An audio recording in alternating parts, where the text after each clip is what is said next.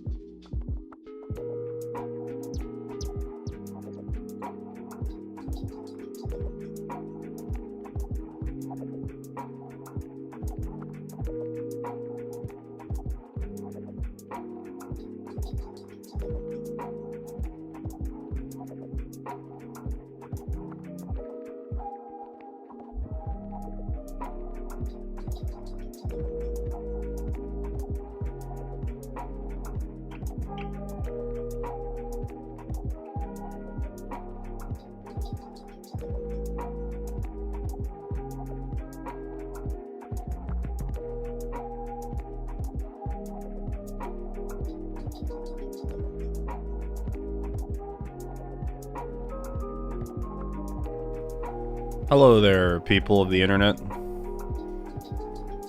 Hello, hello.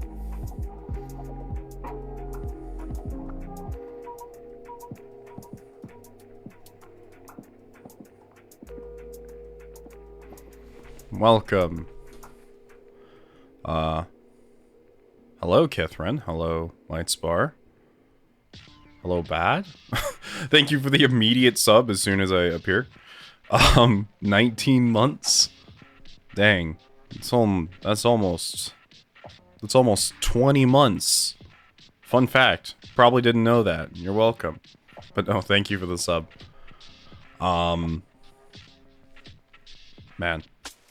I don't know, I didn't expect so many people to be here. I know that's weird to say, but it's like, in my head, I start the stream, and there's like a person. Maybe like one person who's like, hi. Well, there's a bunch of people here. Hello everyone! It's me again, the Xeno. And for those of you who weren't here for that weird, like, almost midnight stream I did on, like, Sunday. Hi, I am sort of back. I had to take, like, a huge break from, like, anything from, like Twitter, everything. Because things happened and it was very unpleasant, but now we're here. And I'm excited to play more Ace Attorney. Mainly because, like, I was really enjoying the Great Ace Attorney Chronicles, and it also made me super happy that we left off on a point that I could just pick it back up again. Right? I think we just finished the second case, and now we can just move on to the third one. Like, clean. At the end of the second case, we had, Rinosuke. Please tell me I haven't messed up the name. I'm getting the character right. I did. Okay, thank you. I had to look. We had Rinosuke, quote unquote, become a lawyer, or attempt to. In which I think he had like 9 months or so to just read a bunch of law school books, and then just be like, yeah, that's good enough for lawyering. That's good, right? I can judge the state of affairs in another foreign country. I can't even, like, speak English that well, but you know, it'll be fine. Which I think is kind of funny and slightly ridiculous in a way. Oh, it shows this in the right background. Oh well. Either way. Boom. There we go. That's the right one.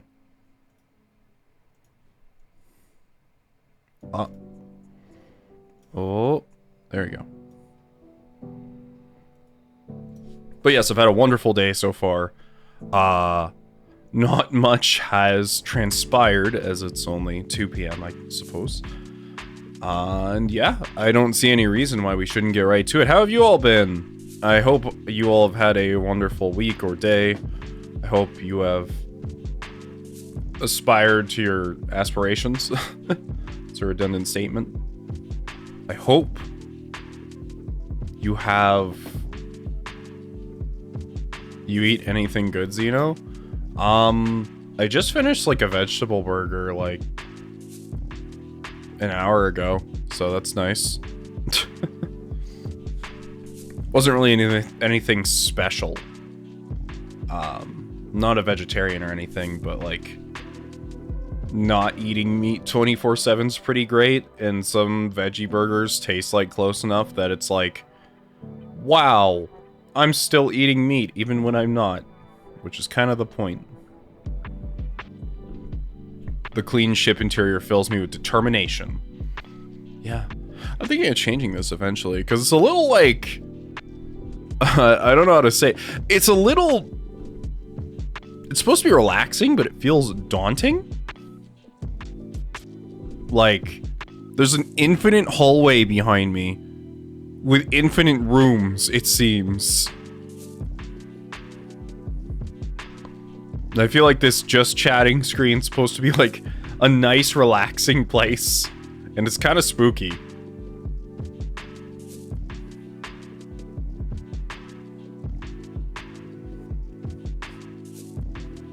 I have beaten the second super boss in Xenoblade. 3 more to go. Congratulations. I give you the best of my wishes in your quest to defeat all the super bosses.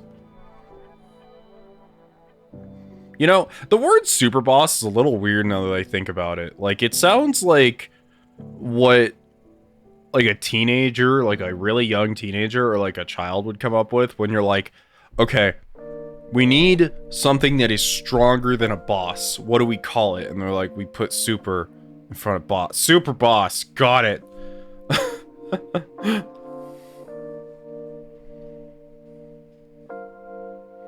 But yeah. How about we get started? I'm kind of delaying it a little bit because it's been a while since I've streamed, so I guess I want to give people a chance to show up. As far as what I've been doing for this past week, boss, less than super boss, less than ultra boss.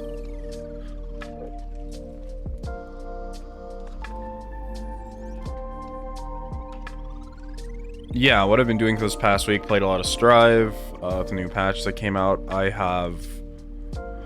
I'm getting ready for a lot of games to come out this month. Because there's 3 huge releases that I really want to play, and it's gonna be sad if I can't make time for them all, because one of them is one of my favorite games from the last few years, which is the the Somnium Files sequel. I think comes out on the 30th of this month, which means I'm going to try and finish the Great Ace Attorney by the 30th. Which may be a bit of a daunting task, but you know what? I'm gonna do it. There's also Sunbreak. On top of that, Monster Hunter Sunbreak, which I might not get to play immediately in my quest to complete the Great Ace Attorney, so I can move on to the Somnium Files. And then on top of that, and this is mainly for me, there is a Dungeon Fighter Duel coming out, the fighting game. So I have a lot of releases this month for games coming out and such. I saw that Gormagala also got announced for Sunbreak. Very excited. Very hype. But yeah, I suppose we'll get started on the game then. Don't need to sit around here forever. Visual novel speedrun time.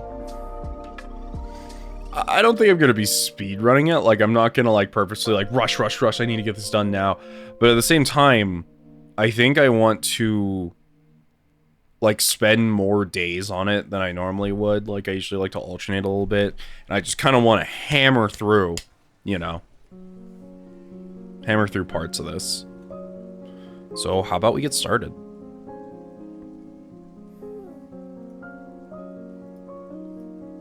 And switching to the Somnium Files after this is going to be great, because that game is voice acting, so I don't need to, like, vocalize as much, I suppose. Which I like doing, don't get me wrong, but...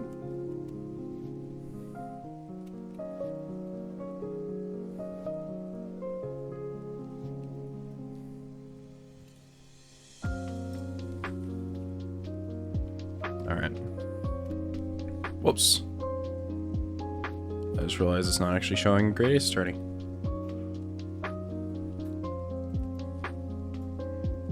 Let's see. There we go. Perfect. Wow, fit there perfectly, actually. Alright, let's get started then.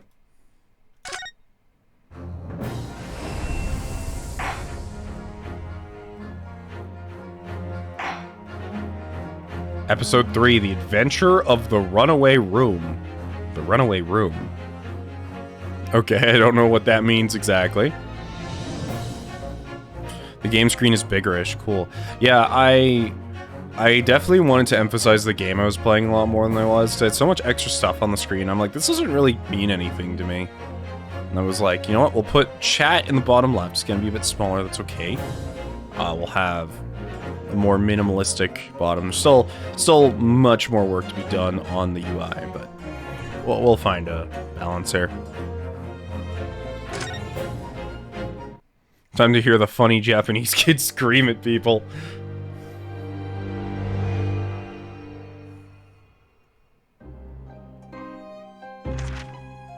Glancing over my records of the late last century, I am faced by the events of a certain bitter winter.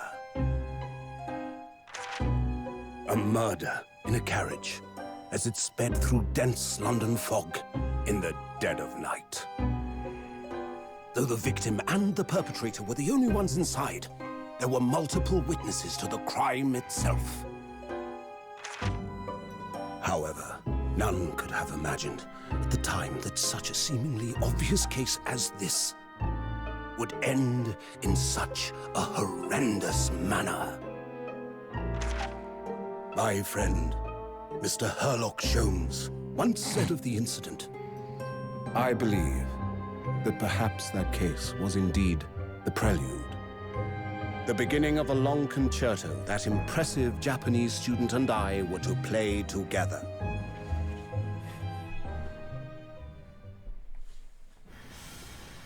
Oh wow, another animated cutscene. Oh, look at our boy. Is this really just a railway station?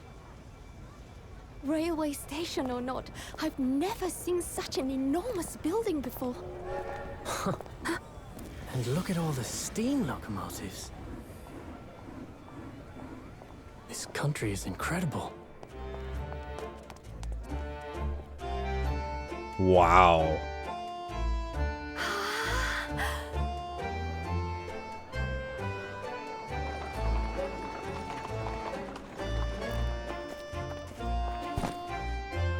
I feel like I'm dreaming. So this is the capital of Great Britain. So, where to? Oh, hello. This looks like Professor Layton. I'll take you wherever you want to go. In that case, the Supreme Court in Whitehall, if you wouldn't mind. My pleasure. I suppose you're visiting students from abroad, eh? Yes. Thought so. Well then, I hope you enjoy your stay. And welcome to the centre of the world, Great Britain's mighty capital, London. Ryunosuke looks like he looks like a Pokemon trainer in a Professor Layton game. Whoa. Whoa, what is this? What is this room? This is the top of... This is the top of a Castlevania level. Like, this is where you go to see Dracula at the end of a Castlevania game, or it's Death's... No, it's more like Death's Clock Tower, actually. But still, that's crazy. I see the breakable lampposts, the night enemies, the gears. It's all here. All we need are the annoying flying Medusa heads. Big Ben? Are we in Big Ben? Character rating, the new layout. I give it an 8 out of 10. Could use some work, but we'll get there. We'll get there. Hearing voice acting in an Ace Attorney game feels so alien. I agree.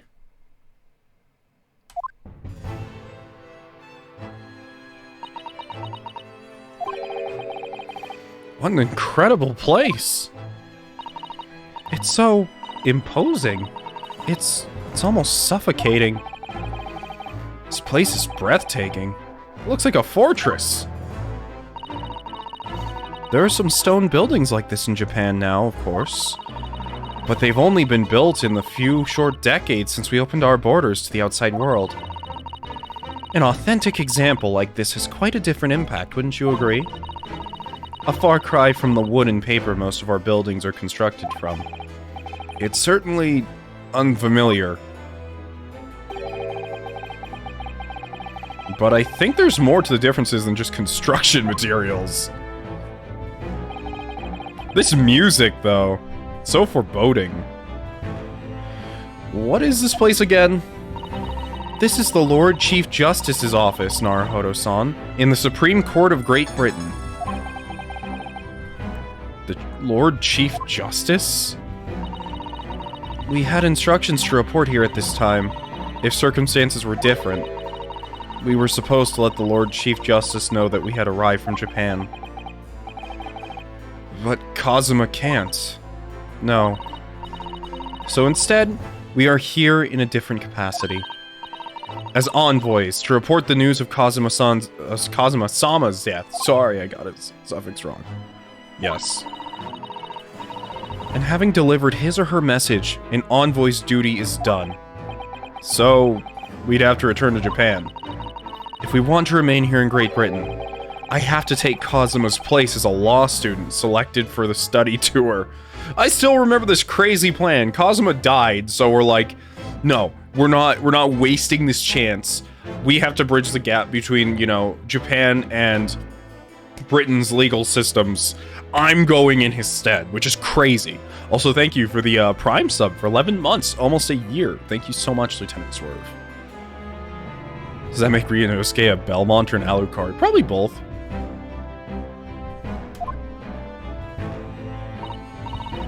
Yes, which means you need the requisite qualifications as a lawyer. Which is what I've been studying for. Here in Great Britain, it is the Lord Chief Justice who appoints lawyers. So that's the second reason why we're here, to have you officially recognized as a lawyer. It's the only way that we'll be able to remain here in London. I hope I'm up to scratch. Ah, good morning. Sorry for keeping you. Who's this? Whoa! This dude is staring into my soul. Is this Leo Whitefang? Oh. I trust you aren't too exhausted after your long voyage from Japan. It seems I'm 1 hour, 12 minutes, and 47 seconds late. My apologies. Oh, no, don't mention it. We're never happier than when we're standing around with nothing much to do. How fortunate. So, introductions. I am Male Strongheart. Wow, that's a name. Lord Chief Justice of the British Empire. And I feel like a little mouse under an elephant's foot. Come on, Mr. Naruhodo, don't be a mouse. Oh, it's an honor to meet you, Lord Chief Justice Strongheart. I am Ryunosuke Naruhodo from the Empire of Japan. Well, Mr. Naruhodo. Welcome to London, the capital of our glorious British Empire. I didn't even notice he had a cane. This guy's music, oh my lord. Yes, thank you. I assume he's a strong-heated male. I don't even want to pick apart what that means. I want to kind of look around this room. Look at these menacing metal giants facing each other across the room. I believe they're suits of armor. Oh, right. I thought maybe they were like the lion dogs we have in Japan guarding shrine gates. No, not at all. In fact, in Europe, suits of armor like these are always possessed by evil spirits, you know? They roam around the middle of the night. Really? Is there nothing you don't know, Miss Susato? This book tells me everything I need to know about everything. How? That information can't all fit in your book. I want to look inside of her book, and it's just like a phone with a Google search on it. That's what that book has to be. Either that or it's blank and she's just super smart. If you're ever unsure, just ask. Where did she get that incredible tome? Yeah, what kind of book even is that? This must be the Lord Chief Justice's desk. I believe it's made of marble. It looks more like an over-the-top tombstone that's toppled over to me. I think that's your fanciful imagination at work again, Mr. Naruhodo. It feels like everything that's normally made of wood and paper at home is made of bricks and stone here. I know. That's why this place feels so overbearing, I'm sure.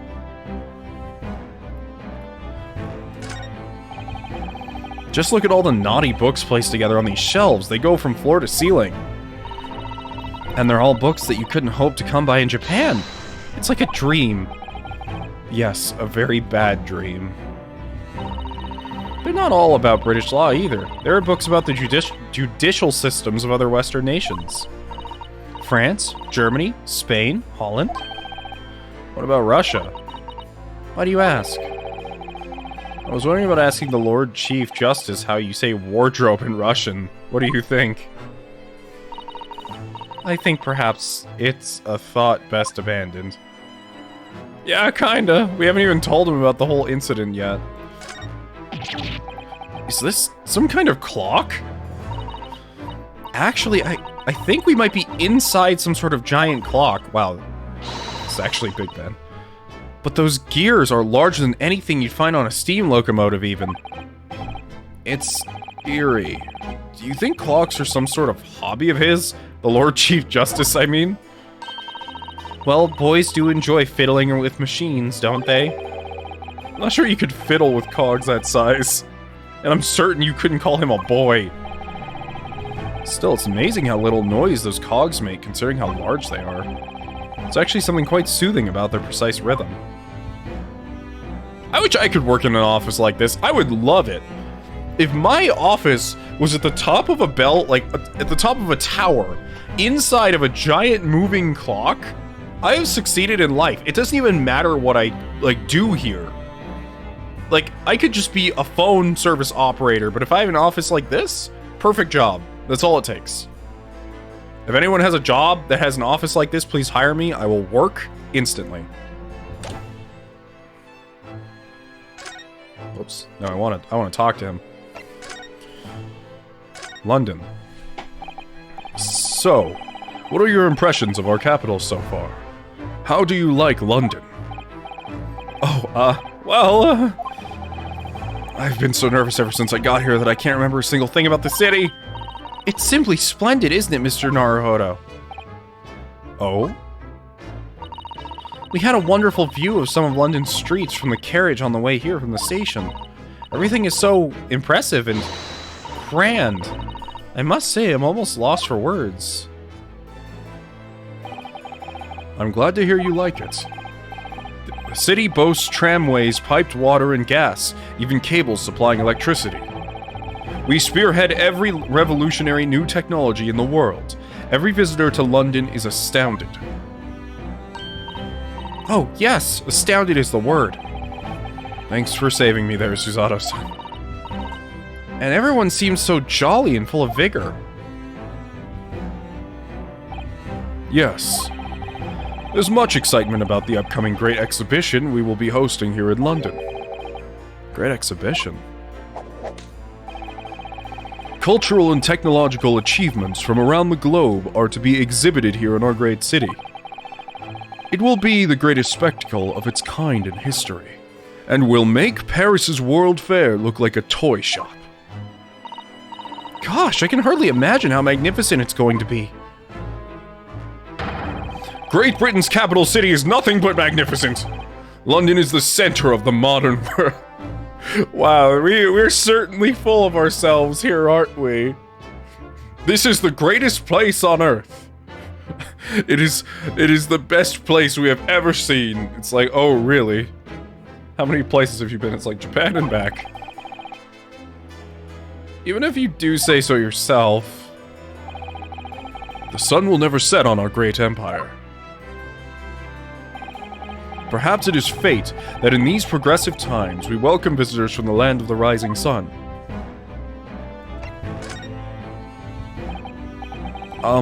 Lord Chief Justice? I think you were expecting a student of law for this study tour, weren't you? Absolutely. A Mr. Kazuma Asogi, if my memory serves. That's right. The British government has already been telegraphed a full report on the situation. I understand the young man lost his life aboard the steamship bound for our shores. It's amazing. The news reached him before we even arrived. My country naturally extends its deepest condolences to yours. Oh, thank you.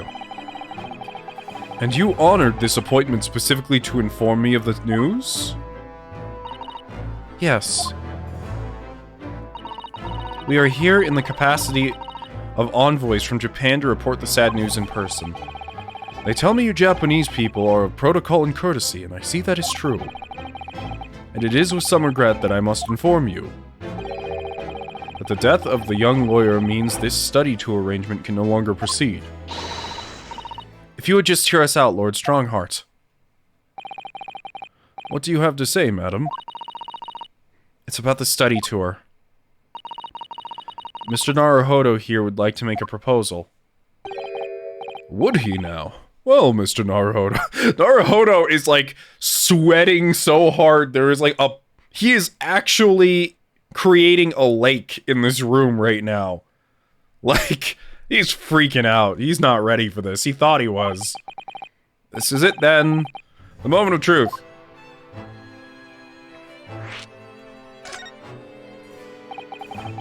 The thing is, Lord Justice, or Lord Strongheart, I was wondering if perhaps you would consider allowing the study tour to go ahead. Don't misunderstand me, Britain would ideally like to see the tour go ahead. But without a lawyer from your country, there's nothing to be done. Well, in that case, what if there was someone else? Another lawyer from Japan, I mean. Is there something I don't know? Are we gonna tell him the part about becoming a lawyer over, like, a couple of months? Do you think he's gonna be okay with that? Do you think he's gonna just say, yeah, that's fine? Only a single lawyer was invited to Great Britain from your country. And that was Mr. Asogi. At least that's what I've been led to understand. Well, the thing is... This isn't really going well at all. I just can't seem to find the right words to say to this man. Mr. Naruhodo, I could ruin things here if I'm not careful. What am I going to say? There's someone else here from Japan who could be described as a lawyer. It's me! It's me. I can do it. Is that so? The way he grabbed his cane concerns me. Yeah, I feel that as well. I mean, I don't actually have any qualifications as such, but... No qualifications, you say, and yet you still claim to be a lawyer. I have acted as a lawyer in court before. Only once as it happens. I had Kazuma to help me, and I was the accused.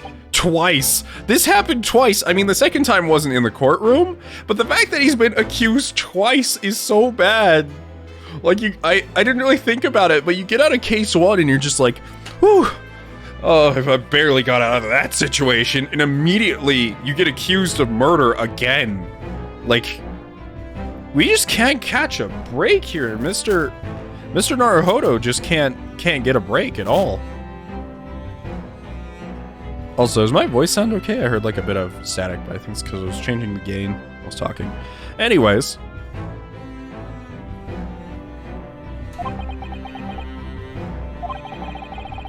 I've been spending every spare moment on the journey here to Great Britain studying. I've learned all about British law and the court proceedings while I was on board the SS Buria. The voyage from Japan is some 50 days, I believe. Not what you might call a full education. To become a qualified lawyer here in Britain, not only do you need a university degree in law, you must also complete several years of training. I realize it's far too short a period of time, but I can't just go back to Japan. Kazuma, Mr. Asogi's journey has only just begun. Coming here on the study tour was all he thought about. I have to carry on and do everything he planned to do. I know it must sound like I have an overly inflated opinion of myself, but I would do anything to prove that I have what it takes, any test you care to set me. Just one chance, that's all I'm asking for. Please. 31 seconds. Sorry? Your opening statement there, Mr. Naruhodo, was 31 seconds long. Not too brief, not too protracted. A perfectly judged appeal, I would say. Which is a skill that would stand you in good stead as a lawyer. Wow, really? That's what it was? He was timing his statement? That's part of his test? Oh, thanks. So, you're willing to put those words to trial, are you? Well, I'm all for entertainment. Huh? Let me ask you one thing first, sir. Yes. You say you intend to do everything Mr. Asogi planned to do. Are you firmly set on that path? Well, yes, that's my intention. I see. Am I imagining things? Or did his expression just alter a fraction there all of a sudden? Very well. You have your wish. I'll give you a chance. A test to become a specially certified lawyer. Whether you pass or fail is entirely down to you. Really? I can't believe this is working. Understandable to be nervous. Strongheart could juice an orange with his eyebrows.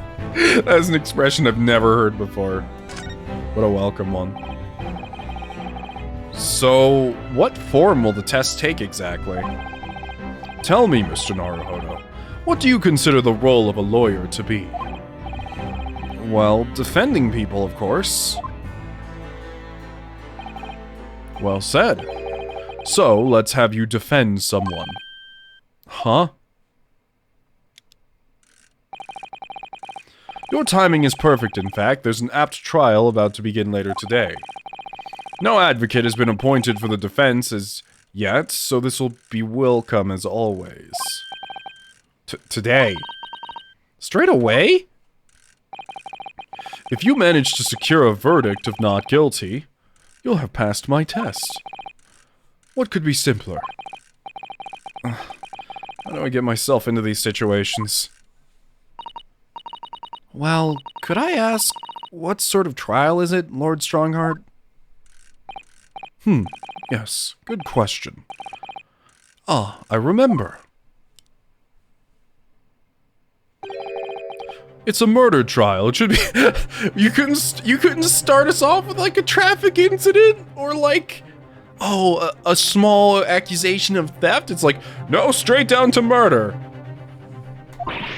A murder? An extremely simple case, I understand.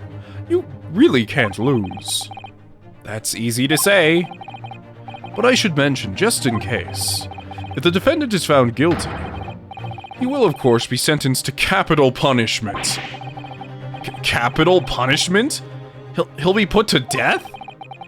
Here in Great Britain, murderers are sent to the gallows without exception. Presumably, you read that much in your short C-based introduction to British law. We can't possibly agree to such a test. We would be toying with a man's life. I am the Lord Chief Justice, and I've decided it's acceptable. But you can't do that, can you? There's no need to overcomplicate this. All you have to do is ensure that you don't lose. This has the same energy as you doing something. Like, imagine you're playing like a fighting game or playing Dark Souls and like you're struggling as hard as you possibly can. And then like suddenly you're like, how do I get better? I'm struggling with this a lot. And someone just says, just win, forehead. Like, this is that same energy. 1 second, I gotta change something. No, I want to do that. I want to see my desktop. That didn't help at all. Okay. Sorry, I just gotta close a program. There we go. Sorry, this is really annoying UI that's up in the top left because the Razer program for my... I think it's my mouse updated. It's Ace Attorney, of course it's a murder trial. True. So the defendant may live or die depending on how well I perform in court? If I lose, he'll be hanged. Mr. Naruhodo! I just peeked the microphone! I love peeking microphone! You've come to me claiming to be a lawyer. If you want me to take you seriously, you need to prove that you're willing to do a lawyer's job. And you say you intend to see through the will of your compatriot, Mr. Asogi. I would like to understand just how far you're willing to go in order to make that happen. He's testing my resolve. What's the matter? You've fallen silent. I'm sorry, but time is pressing. The trial begins shortly. I need an answer from you now. What is it to be? Wait, what do you mean it's beginning shortly? Like, I don't know anything about the trial at all. You can't just dump it on me without any information. What do I say? Do I agree to this absurd test? I'll do it. Alright then. If I have to give you a decision now, my answer is... I can't do it. I can't get the words out. 15 seconds. Your decision-making needs work if you want to be a lawyer. That was too slow.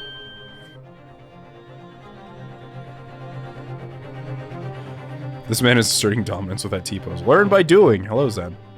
It can be like that one game where Phoenix has amnesia and randomly wins a trial with no memory whatsoever. Oh yeah, I remember that.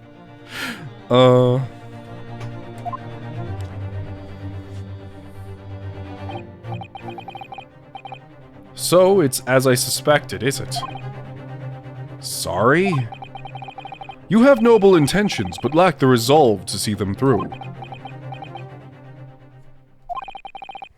The test is cancelled, thank you for stopping by. Go and acquire your ticket for passage back to the east tomorrow. This conversation is over. Yes, Lord Strongheart. Thank you for offering me a chance. Mr. Naruhodo. Sorry, Miss Susato, but what could I do? It's alright, I understand. You do?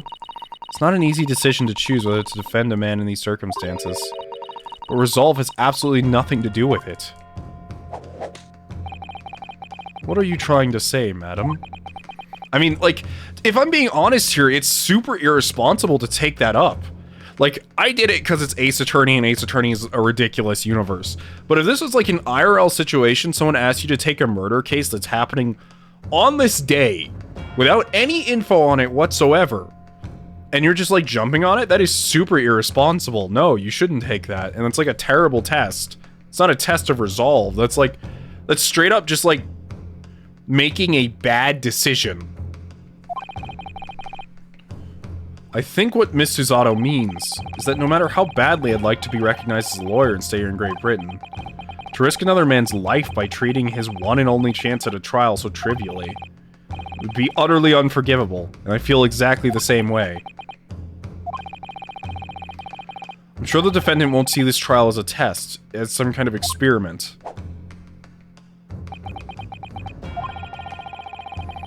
A lawyer may fight for his clients in the court day after day, but for each one of those clients, the particular day they stand in the dock may be the only chance they have to fight to prove their innocence. No, I was wrong. I'm not qualified to do that job yet. I'm sorry for wasting your precious time, Lord Chief Justice. Wait, Mr. Naruhodo! Oh, was there something else? It's approximately 20 minutes by carriage to the Old Bailey from here. If you leave immediately, you should still be there in time. But I just said that I was quite serious in what I told you. The defendant in this case has literally no one to advocate for him. Oh shit, this guy has no one? I guess we have to do it then. Like, I can't just leave him. Like, having a lawyer is better than not having one. What? At this point, he can't hope to find someone to represent him. The trial will begin without a defense. And if that happens, there's only one possible outcome. he will receive the most severe sentence the judge can pass down. But that's awful. But that is the truth. Why does it have to be like this? Please don't expect an answer to every question.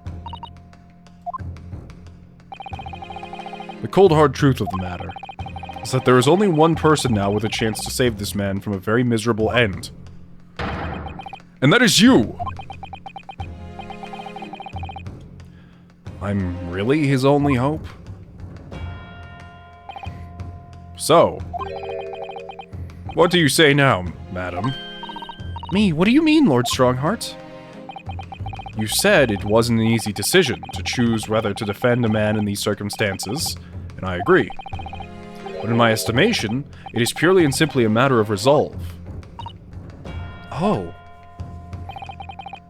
Our time is up here. I have a meeting to attend. I must leave in 2 minutes and 16 seconds. Wow, this guy's really on the dot. You have returned. Let me guess, spaceship problems. Basically. Why can't the series ever have someone to represent themselves? Besides Phoenix in the second case of all time. True.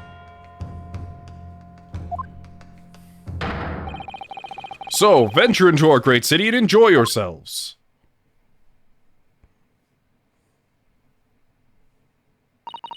He's gone. The Old Bailey. If we're going to do this, Mr. Naruhodo, we must leave at once. Yeah, we have to go.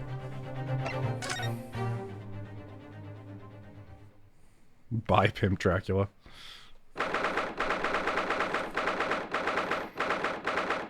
This looks really close to the other courtroom in Japan. Like, it looks very different, but it's like the same layout. Like the same waiting room.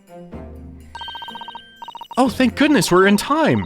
There's still 15 minutes until the trial begins. I guess at least we can do some information collecting and not, like, just go in blindly then. I never knew a horse-drawn carriage could go so fast. I thought my teeth were going to rattle loose.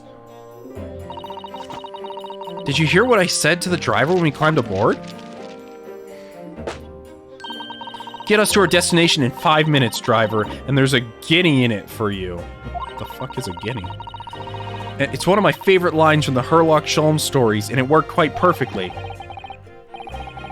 I'm not sure why you're so pleased, and I thought we were going to die, and we had to pay gold for the privilege. Well, at least we arrived here before the trial started. Yes, I suppose there's that. Anyway, I don't understand it. The court clerk said the defendant should be here, but there's no sign of him at all.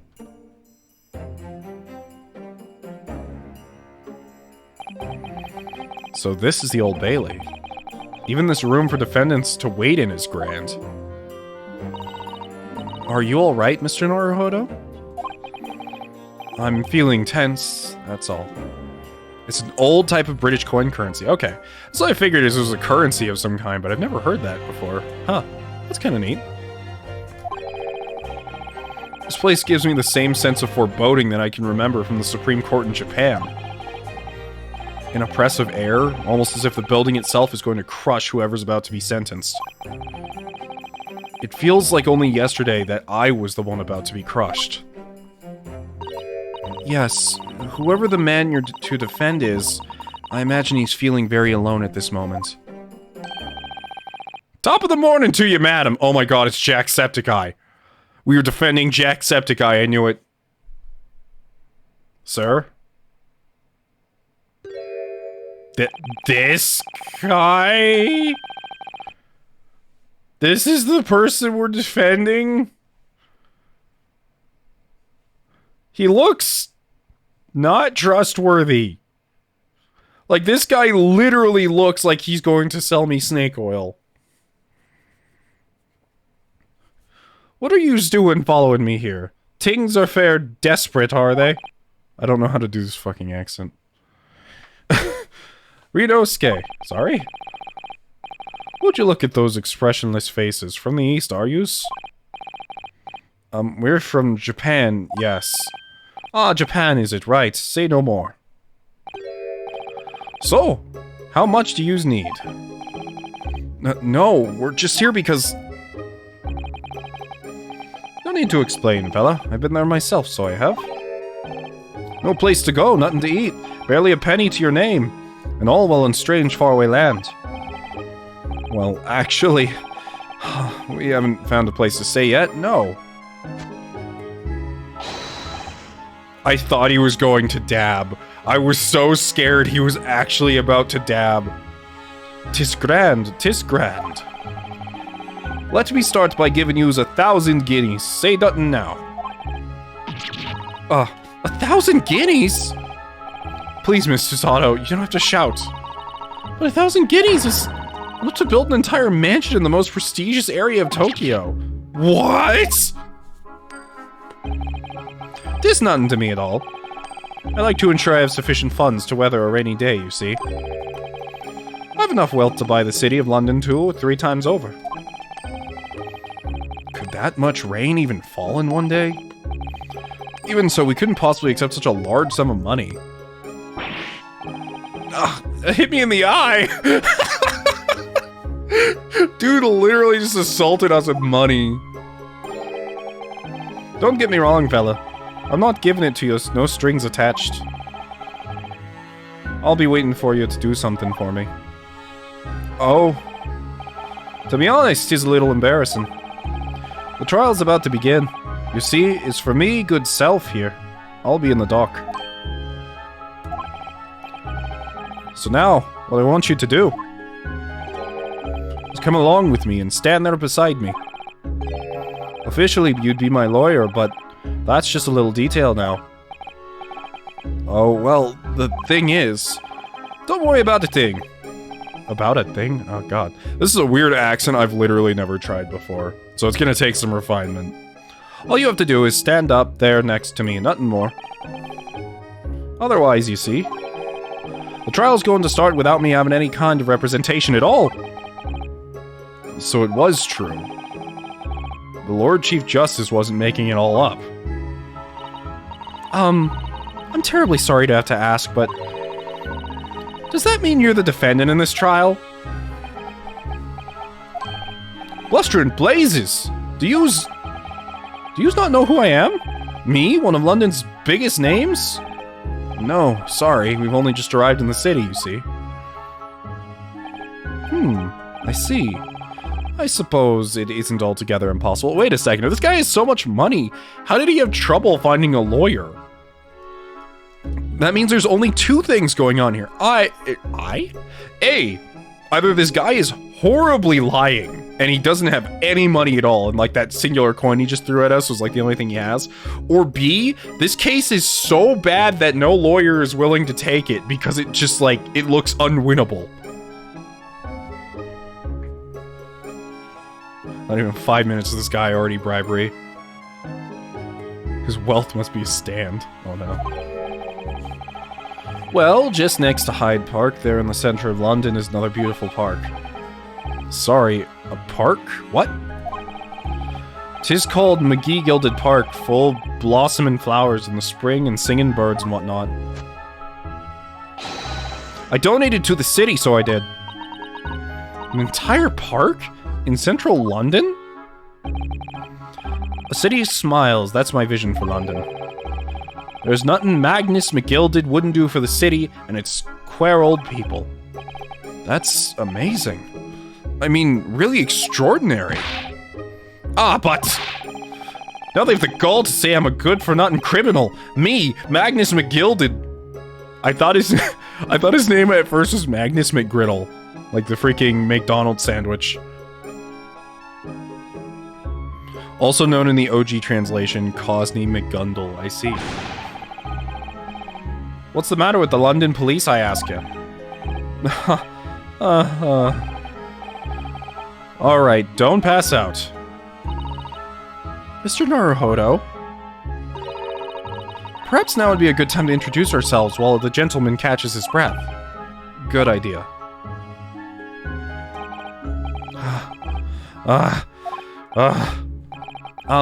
Mr. McGilded, the thing is, we're actually here in London to study British law. We're law students on a study tour from Japan, you see. Oh god, he's still at low in breath.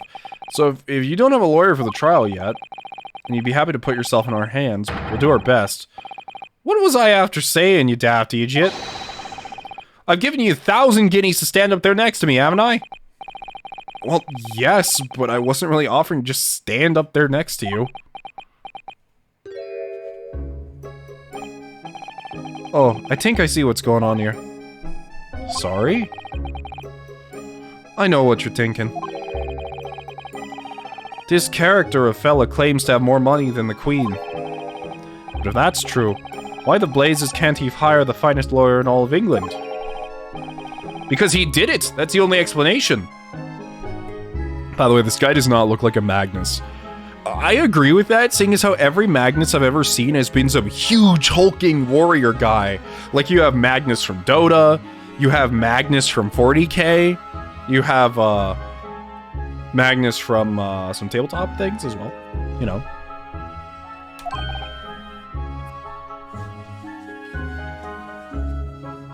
He said idiot, he's either Scottish or Irish. Honestly, I can't differentiate between the accents at all. So I'm just winging it what this man should sound like. Magnus from Kid Icarus Uprising, that as well. That is a tyranid bird in the world. Well,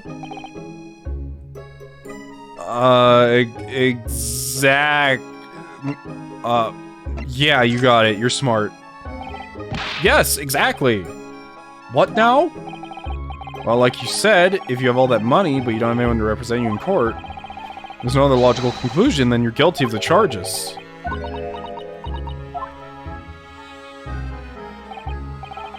Well, you call a spade in the East, so you do. Oh, I'm sorry, I didn't mean any offense. I still can't express myself very well in English, you see. I'm never sure what's acceptable to say and what isn't, so... Is that so? Because you sounded fluent enough when you were telling me what a blackguard I must be. I'm terribly sorry. I love the vibe of this game, I'm just gonna say right now. I feel like I'm in a place, I feel like I'm in a section or a game that's just filled with Professor Layton. Like, this whole area gives me the Professor Layton vibes, but I'm playing Ace Attorney and it's not even Professor Layton versus Ace Attorney. Which I have that game, which I haven't played it yet. But still, pretty neat stuff. I'm kind of happy with the feeling I'm getting from this section. It is a little strange, to be honest. Why don't you have a lawyer? I mean... That would be the fault of the Reaper. The what? The Reaper? Sorry, did he just say Reaper? Aye.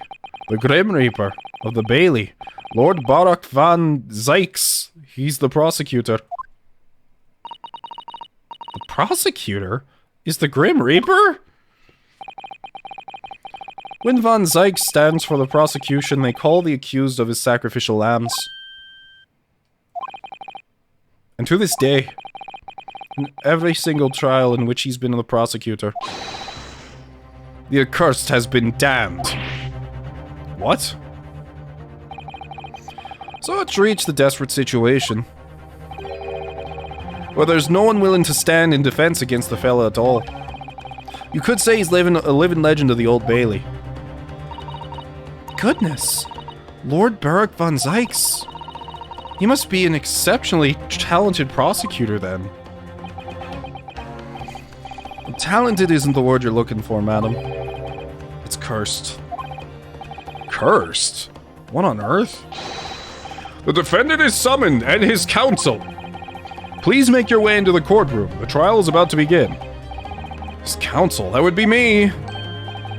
Oh, it's time. Well then, fella, don't let me down. But... I don't know anything about the case. You haven't told me what happened. Until you showed your face here, I made up me mind, so I had. Sorry? I decided I have to defend myself in there. How would that have worked? But then you made an appearance, a student of law, wouldn't you know?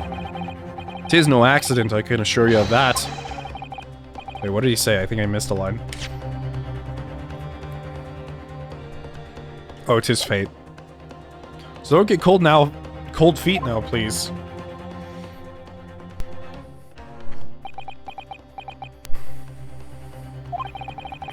I literally know nothing about the case or about this man who stands accused. In fact, the only thing I do know is that I can't just turn my back on him.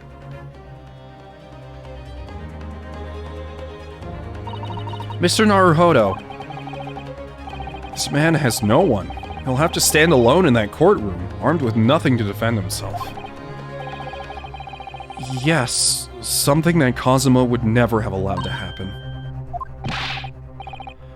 Counsel for the defense, what are you doing?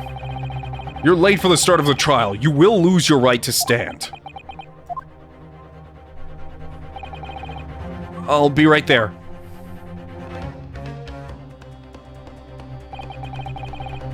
It's happening then. My first trial in a British court. I hope you're watching over me, Kazuma. Because I have no idea how I'm going to manage this. I can't wait to see this. I'm so excited. It's like one of the things I've been waiting for the most. I just want to know what the courtroom looks like, you know? Who the judge is, what the prosecutor is.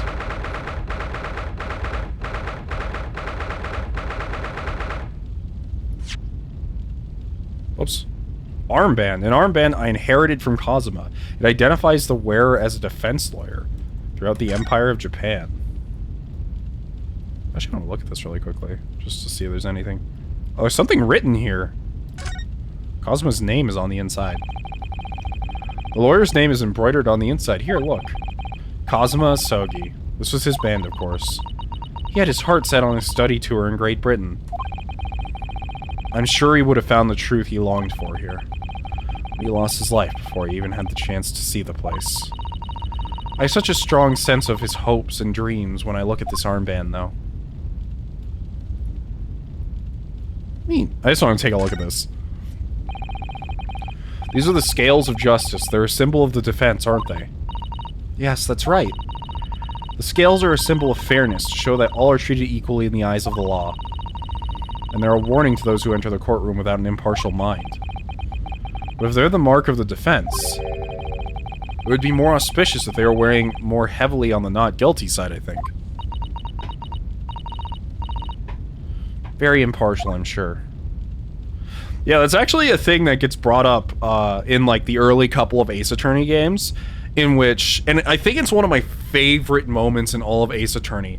I don't remember which case it is, but it's a case in which Edgeworth and Phoenix both know that the person is not guilty, and they both start double teaming the person that Edgeworth, like they basically switch to both being defendants for this guy and like work together to solve the case because they know it's the right thing to do. I really love that moment. That's like one of my favorite moments in all of Ace Attorney, because it's just such a good one. Like you get such a good feeling for Edgeworth's character because he's not just up there trying to win, he's up there trying to do the right thing, you know.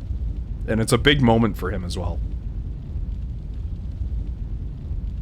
Sorry, I'm just cleaning my glasses really quickly.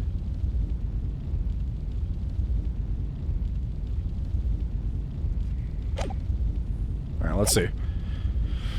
Who are we dealing with here? Whoa, that's a lot of people! So this is the highest court in Great Britain, the Old Bailey. The centuries of history in this place is palpable, isn't it? It's so different to the Supreme Court of Japan. It feels both imposing and serene at the same time. The atmosphere almost makes the words redundant. Whatever the country, determining a person's guilt or innocence is always a solemn affair. May I say something, Mr. Naruhodo? Oh, yes, what? There's our boy. Your eyes look ready to pop out of your head again. I know, but I just can't help it. Oh! What? Whoa! Oh, this judge is styling. I kinda like it. In the name of Her Majesty the Queen, I hereby declare this court to be in session.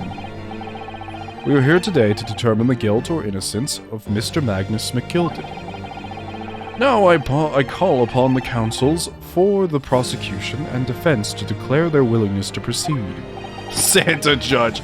Okay, that man is literally Dracula. That man standing over there is just... he's a vampire bat.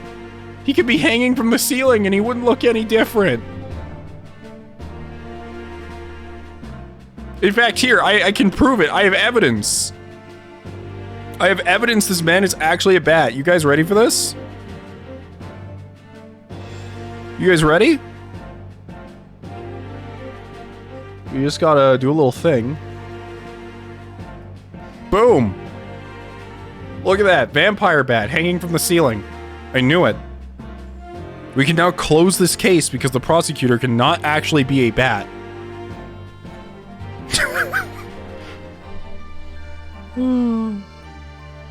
Sometimes my brain doesn't work correctly.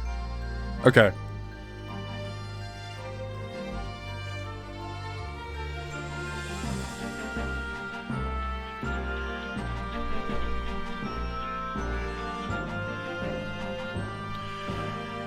The prosecution is fully prepared.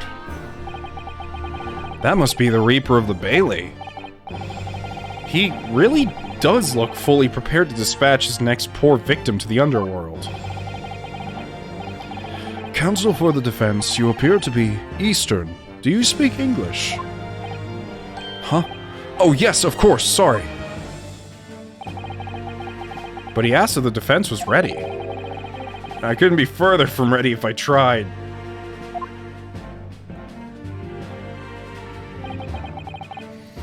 Those eyes please me.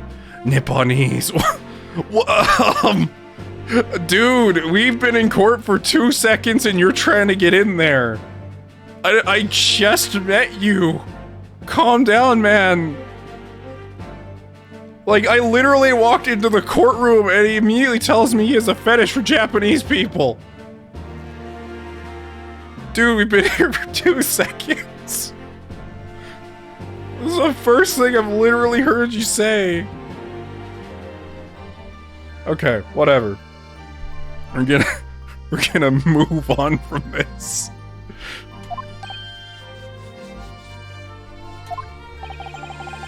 They shroud your fear, your doubt, your trepidation. They run wild, clinging to some phantom notion of courage. The quintessential look of a sacrificial lamb. Ugh, cold shiver just ran down my spine all the way, the tips of my toes. Now, Mr. McGilded. Yes, my lord. You stand accused of murder, a capital offense. You could be sent to the gallows if found guilty. Are you quite sure you wish to entrust your defense to this foreigner? As I've always said, my lord, 'tis a grand thing to give opportunities to the young. Even if the fellow is a student from some little island off in the Far East. Is it not the British way to ignore the dangers of yourself and give those less fortunate a fair chance? I'd like to think that acts of chivalry do the great British Empire proud. Listen to Mr. McGilded. What a fine gentleman London has in him. Did you hear that he donated 5,000? I can't even read this in time. It's going by so fast. It seems as though everyone in the public gallery is firmly behind Mr. McGilded. That's definitely welcome news, and he certainly has a way with words. I'm surprised he couldn't convince anyone to defend him. This is gonna be really bad, isn't it? He couldn't convince anyone to defend him. It's like, alright, so we saw you there holding a claymore, and we literally watched you decapitate this guy. Is there any way you can prove against that, Mr. Naruhodo? It's like, are you sure you saw it? Yes, I'm sure I saw it. In fact, I saw the combo counter go up as he sliced this guy many times like Raiden from Metal Gear Rising. Eloquently put, Mr. McGilded, and most laudable statements. Now, ladies and gentlemen of the jury, I'm sure I need hardly remind you that you 6 members of the public have been selected for your impartiality. Are you ready to proceed? Whoa! Oh, of course, because this is a different law system. So hold on, we got an angry banker. We got a maid. We got this dude who brought a knife into the courtroom. We have this lady who looks like she may work in like a typewriter office. Yeah, I see she has a typewriter on her desk. We have... This guy's eyes are too far apart. They kind of creep me out. But he has a horseshoe, so maybe he handles horses? And he has a thing of whiskey? And then we have Grandma. Yeah, this seems pretty impartial. Yes, my lord. If the task is to send rotters to the gallows where they belong, I'm more than ready. At the manor, his lordship always says we should dispose of rubbish promptly. Naturally, I agree. Ha! Criminals here will soon be wishing they never set eyes on me.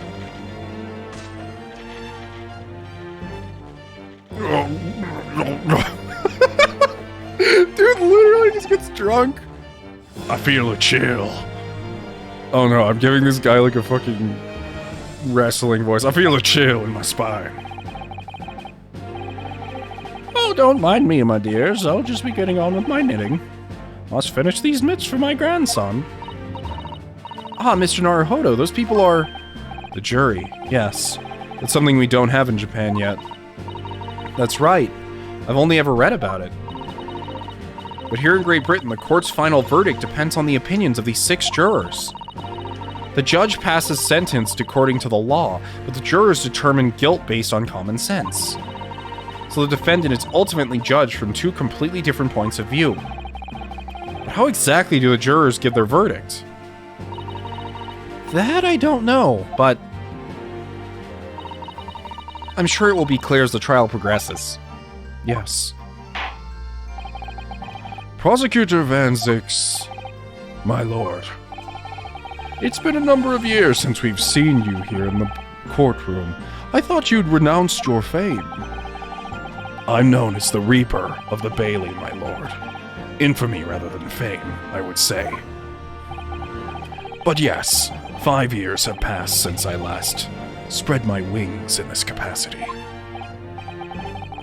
So what brings you back? He's so cordial. Is there some change of circumstance of which the court should be aware?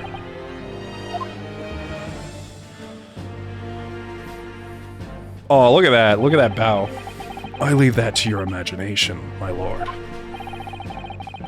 So the Reaper has been out of action for 5 years. Why did he have to choose today of all days to make a comeback? Don't lose heart, Mr. Naruhodo.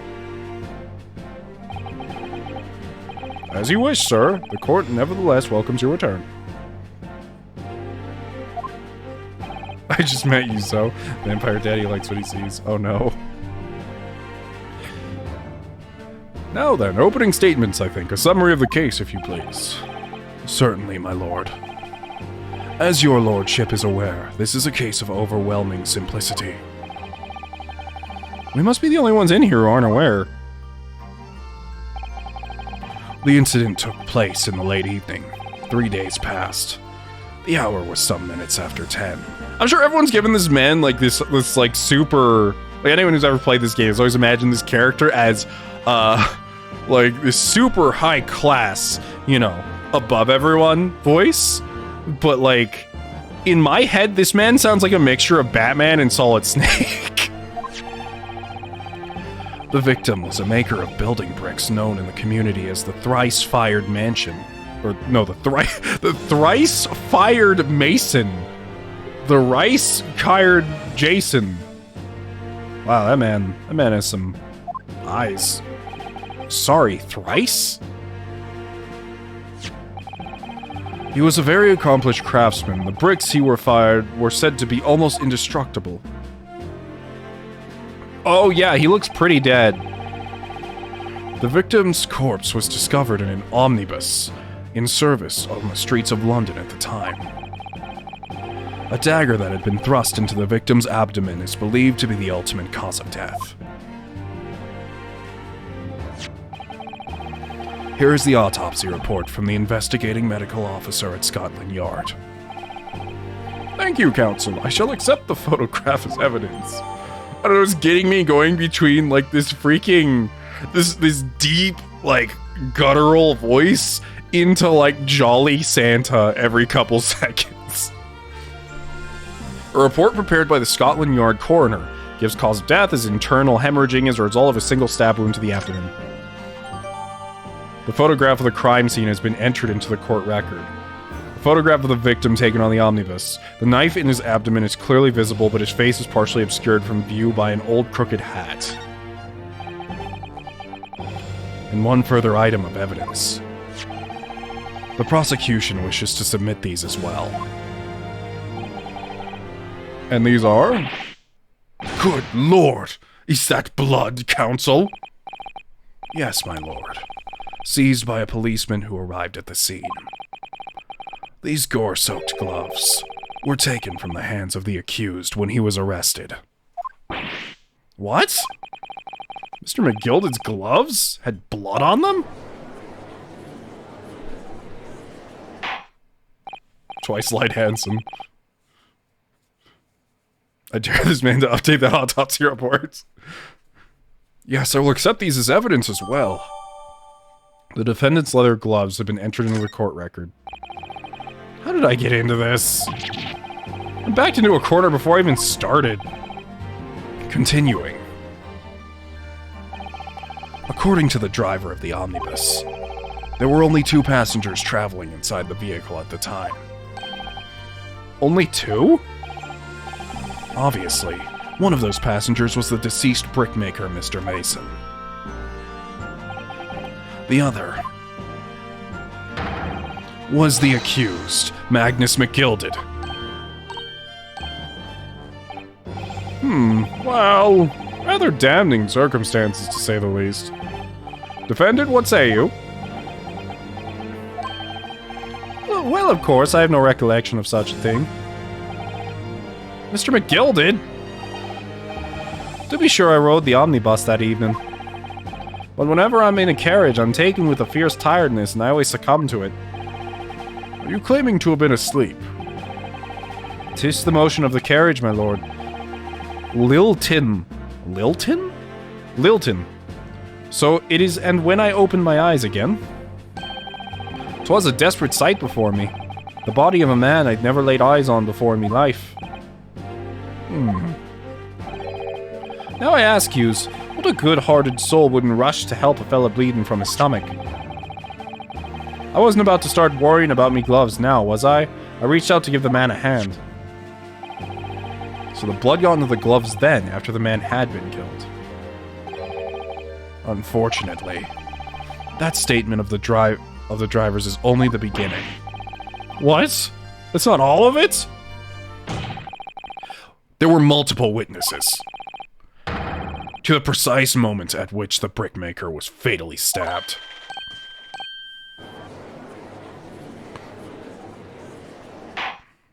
I think Grandma did it. Are you sure it wasn't the knife man over there? That's what I was thinking when I saw that knife. I'm like, it looks kind of similar, doesn't it? Ordar! Ordar? Ordar. Oh, interesting way to say that. When the killing took place, only the victim and the accused were inside the carriage. And there were witnesses to the crime. This is not just a case of compelling evidence. It's the nail in the coffin for the accused. Naruhodo's eyes once again extending across the courtroom. Thank you, counsel. The circumstances of crime have been made quite clear. I think we will hear the testimony from these witnesses first of all. Your wish is my command. Bailiff, bring in the witnesses at once. Oh.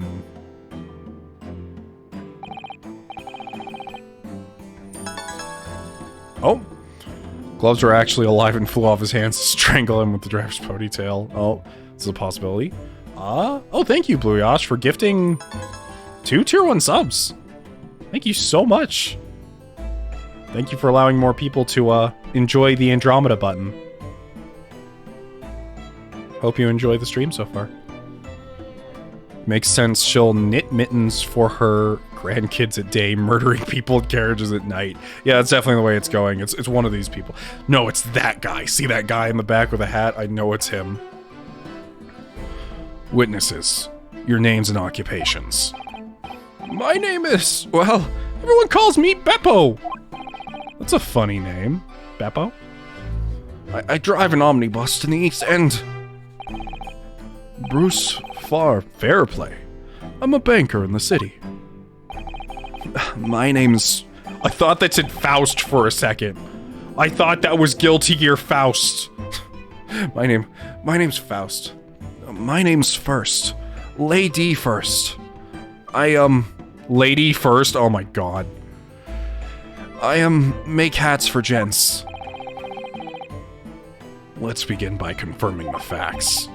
3 days ago, at a short time after 10 o'clock in the evening, all of you present in the stand were in an omnibus and witnesses to the aforementioned incident. Is that correct? Yes, sir. Quite right. Yes, sir. That's right, sir.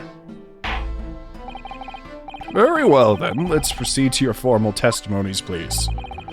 Each of you will tell the court precisely what you saw.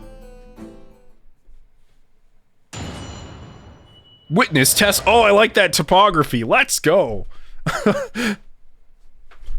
What the witnesses saw. It was the last bus of the evening, so I had few customers. I remember it well.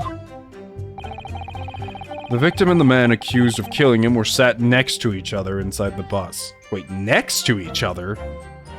So are you telling me he reached to his left and tried to stab him? That's an awkward position to do that from. And out of the blue, the accused just reached over and plunged a knife right into his guts. That's right, he stabbed him. I screamed, I did, couldn't help it. As soon as I heard the scream, I stopped my bus and I saw it too.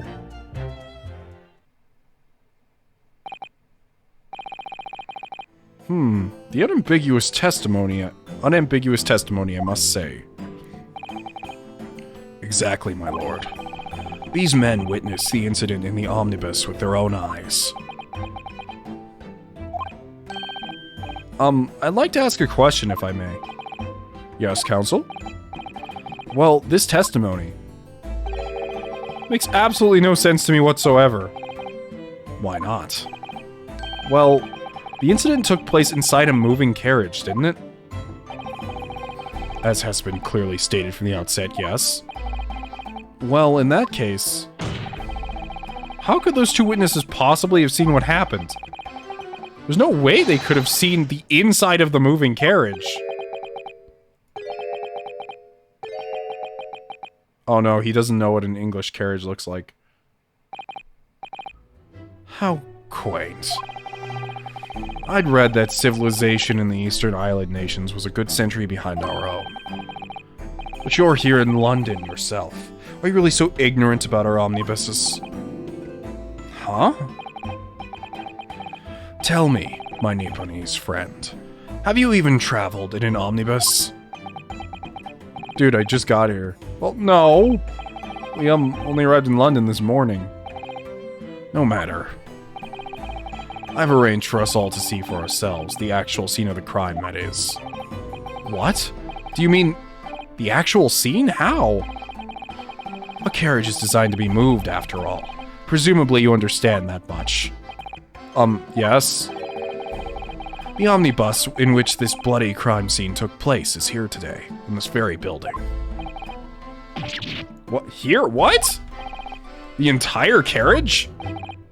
Bailiff. Bring forth the stricken omnibus.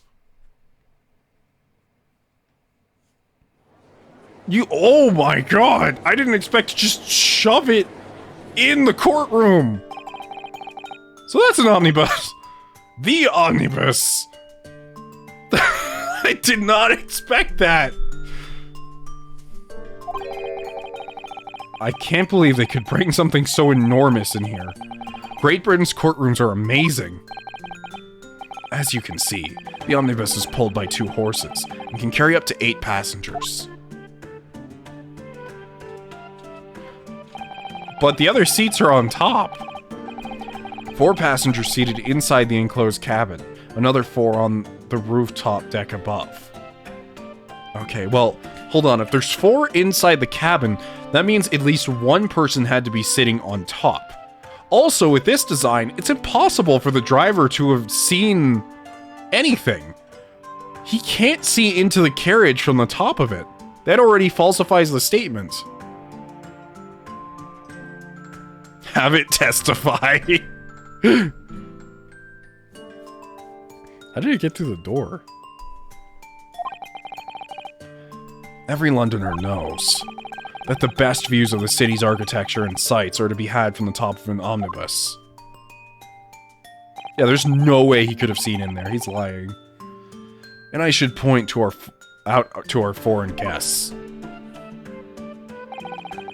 that there is a skylight in the roof, allowing a view of the interior from the seats above. But still, he would have to stop driving and climb over the seat. Like, that part doesn't make sense. A skylight? Oh! The penny drops at last, I see. These 2 gentlemen were occupying the rooftop seats on this omnibus when the murder took place. That is how they came to witness the grim incident. Through the skylight. That makes perfect sense. Well, Counsel, this is a first. Oh no, his wig just moved! In all my years behind the bench, I've never experienced the crime scene itself being brought into the courtroom. There are a number of important clues remaining inside the carriage, my lord. I would like to submit the omnibus itself as evidence. That is the prosecution's wish.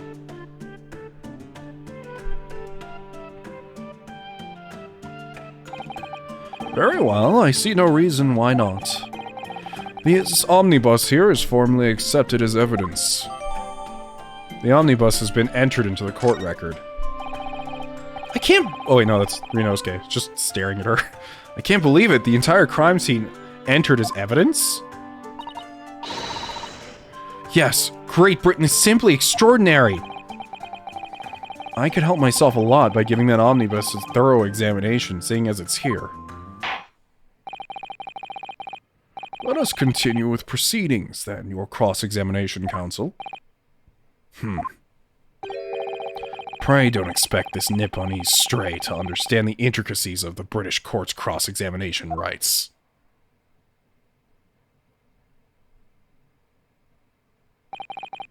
Alright. My first cross-examination in a British court. Focus, Ryunosuke. Focus. I already know what I'm gonna call out. Oh, that's cool. I like the stained glass in the background. What the witnesses saw. It was the last bus of the evening, so I had a few customers, I remember it well. The victim and the man accused of killing him were sat next to each other inside the bus. Okay, that can't be falsified instantly. Then, out of the blue, the accused just reached over and plunged a knife into his guts.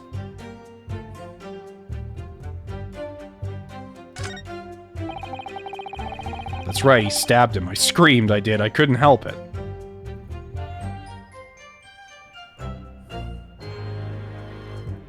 Apart from being submitted in the middle of a testimony, sure, why not submit an entire bus? Hoyle were deemed to pronounce a word. Excuse me, what word, though? You didn't put a word. Omnibut. I hate it. Thank you for your redemption. Oh god, now I can't stop thinking of the freaking Omni-Man meme. I hate it. That's right, he stabbed him. I screamed, I did, I couldn't help it.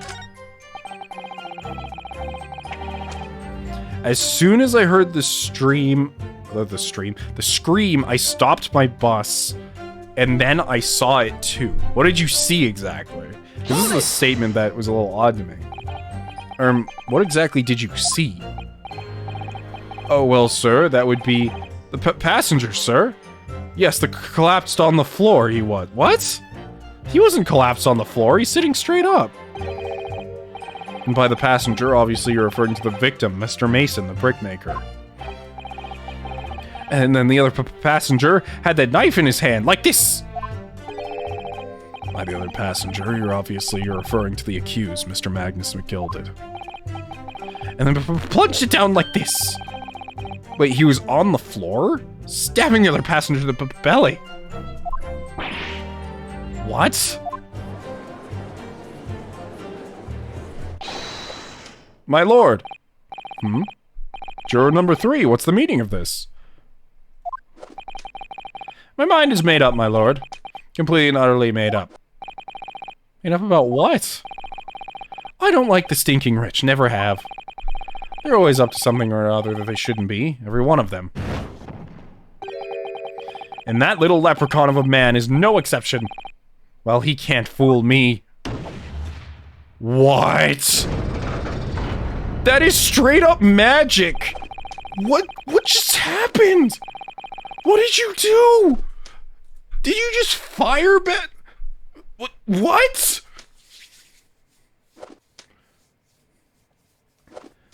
There's no point in wasting time listening to any more of this. That's my opinion on the matter anyway. That is precisely what I was about to say. As the foreman of the jury, it's my duty to set a good example to my fellow jurors. Okay, first of all, that effect does not look very good. I'm just gonna say straight out. That fire effect looks kind of ugly. But still... What is happening here? Let me see. Oh yes, it seems that's how the members of the jury give their verdicts. With fire? Apparently, yes. White for innocent and black for guilty. As the 6 members of the jury make up their minds about the case, one by one they each cast a ball of fire into the great scales of justice as we saw a moment ago. So if those enormous scales fall completely to the black side, what does that mean? Let's do our very best to make sure that doesn't happen. Now I'm even more worried than I was before. Very well, the court acknowledges the change in the jury's stance. Counsel, for the defense, please continue with your cross-examination. Huh. Oh, this is a nightmare. Alright, so I can already... Alright, so when it happened, the only 2 people in the enclosed cabin area were the victim and the defendant. And so help me... 3 whole people witnessed the man trying to defend the deed. I don't like to be pessimistic, but we do seem to be in a rather difficult situation here. What am I supposed to think here? Is Mr. McGilded really innocent? Or could it be...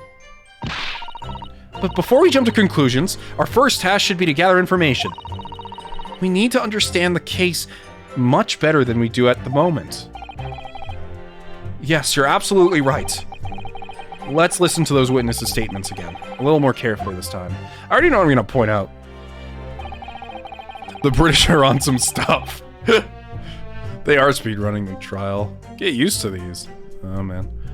They would stop in 100 years after the jurors would mysteriously end up dead after murder trials. I'm trying to remember what the guy in the middle said. Because he said he saw it. The victim and the man accused of killing him were sat next to each other inside the bus. Then out of the blue, the accused just reached over and plunged in. Okay, so he's accusing him. That's right, he stabbed him. I screamed. I did. I couldn't help it. I'm gonna press that really quickly. Just so I can get the info out of it. He stabbed him, you say, and you were sitting up on the roof deck, were you? That's right, sir. I was up on the seats. We can still look around at what people are doing. I forgot about this mechanic.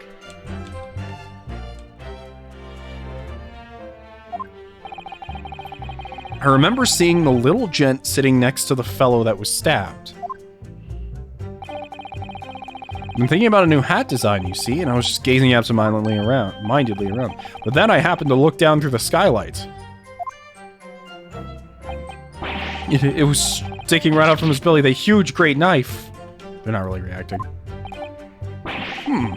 A grim sight indeed. Ah, that didn't help me at all. Is she cleaning the desk? Jury looks like they're even more convinced my client did it than they were before.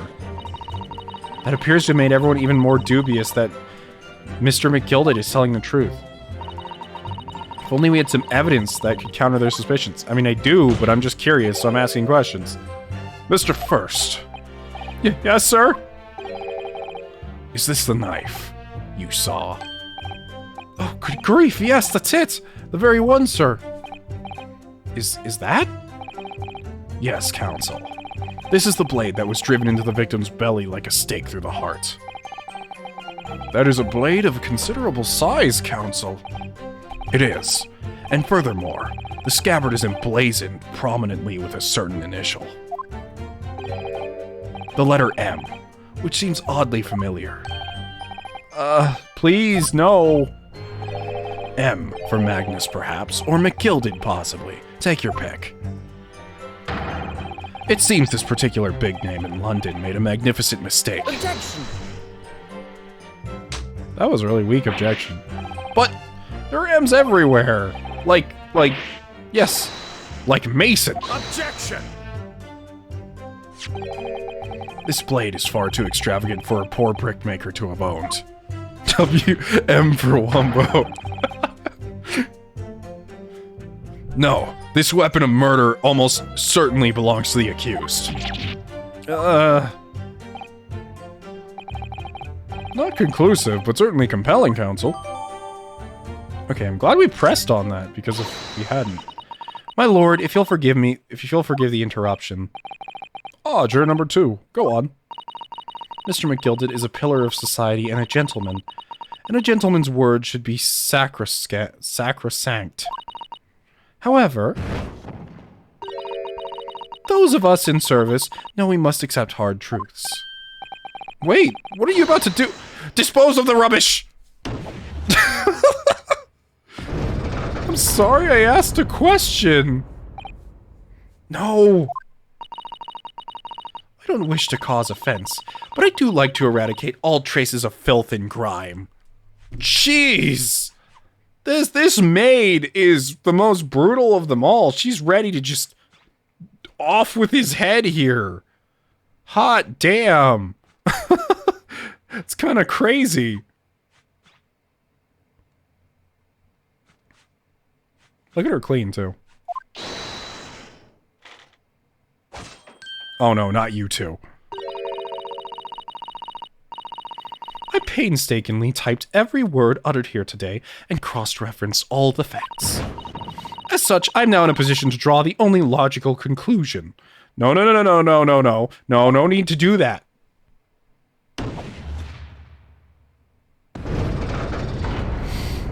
That scale's looking really bad. Not again. That's 4 out of the 6 jury members who proposed a guilty verdict. We're the only 2 left. We've had it. Every time I press these witnesses for more information, I just make the situation worse. Nevertheless, what we need more than anything at this moment is more information. We're still very much in the dark. I suppose I'll just have to keep pressing the witnesses, knowing that more sparks may well fly. We mustn't give up hope. We'll uncover something. Yeah, that was something I was actually considering at first. I was like, is this a new mechanic to stop me from pressing the witnesses for every bit of information? Is this like a mechanic to make me press on the right things and only when I feel like I need it? Or is this just something to like put tension on the case? Because we'll find out, I guess. But... alright. I'll keep trying. I can't give up.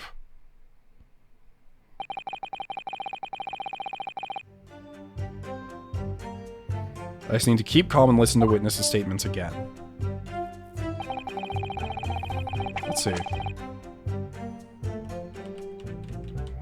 Can I go back through the older statements? No, I can't. Well, I have to go through these again.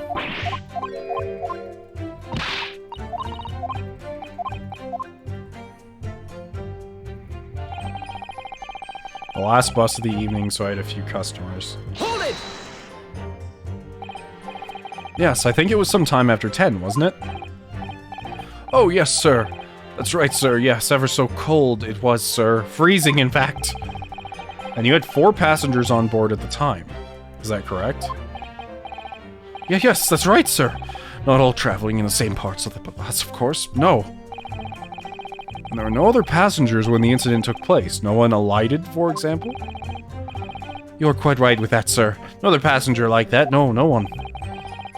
So nobody fled the scene of the crime, then. I have to say, the boss insists on it running, he does, every evening. Last bus of the day. But I do wonder sometimes if it's altogether worthwhile. Yes, sorry to say. What do you mean by that? Well, with it being so cold and everything, and only making 20 pence on the run, you see? Yes, I spend that much at the pub on the way home, just trying to warm up again. Oh no. He drinks.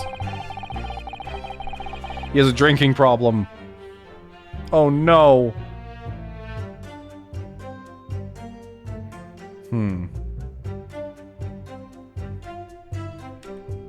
The victim and the man accused of killing him were sat next to each other on the bus. Okay, everyone's saying that. I'm not gonna press on that, I don't think. And out of the blue, the accused just reached over and plunged a knife right into his guts. Hold it! You actually saw the exact moment it happened? Didn't I already testify to that? That looked normal.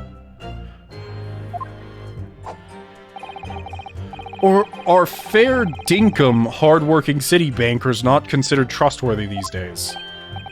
Oh, no. I didn't mean that. This is no good. I've really got its back up. Perhaps you could just tell us what you saw in a little more detail, if that's... My lord, I wish to speak! Oh wait, no, I give this guy like the wrestler voice. Yes, juror number 5, do I take it that you, too... As the master of the London Guild of Coachmen, the idea of a murder being committed in one of the city's carriages is utterly abhorrent to me. It wouldn't be right to make a decision before hearing all the facts, though, I said to myself. But I've heard enough now. The horse has bolted, as they say.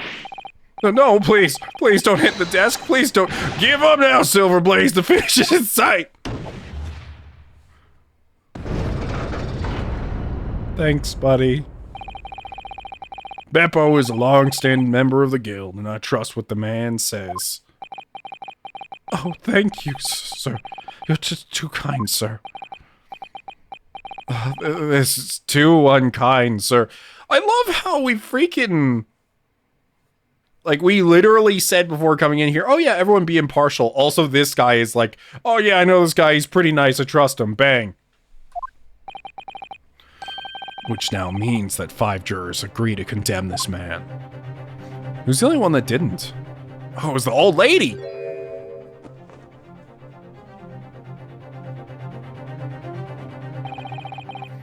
Madam Juror number 6. Yes, dear, what can I do for you? You have heard the testimonies of the witnesses in the stand. Oh, yes, I certainly have. I still got my hearing, you know. Then pray tell, what are you yet to pronounce your leaning? Well, dear, the thing is, I'm a creature of habit, me. I always go to the park at around this time of day and sit on a nice bench and get on with my knitting. There's a lovely little park just near where I live. The Gilded Park, it's called. A gentleman donated it to the city, you know. Put a smile on Londoners' faces, he said. I can't imagine such a fine young gentleman would have it in him to take another man's life. He's always doing wonderful things for the city. That's right. A man like that wouldn't stab someone, surely. Mother, may we go to the McGilded Public Library later and borrow some more books? Totally unbiased jurors. Yeah, I know. How many Londoners live with their heads in the clouds? Do you people not know?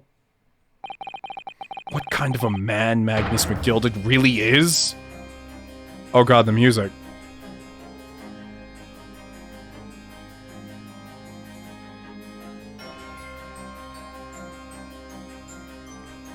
Oh, goodbye, Hoyle. Have a wonderful day. What kind of man is he? The philanthropist, Magnus McGilded, has enough wealth to purchase the entire city he claims to value so highly. But where did all that wealth come from? Your client is a Shylock, sir, and one with the very darkest of souls. What? Stone the Crows! Aw, that little heart's kinda cute. McGilded lends money at the extortionate rates of interest, so his victims have no hope of repaying him. When they default, he takes possession of everything they own. He's a vulture that preys on the weak. I've never heard any mention of that before. Your faculties haven't deserted you, madam. I'm sure, madam. So has this thought not crossed your mind? Would a man wealthy enough to buy London in its entirety not have a carriage of his own? What possible reason could this man have had to make use of public omnibus service?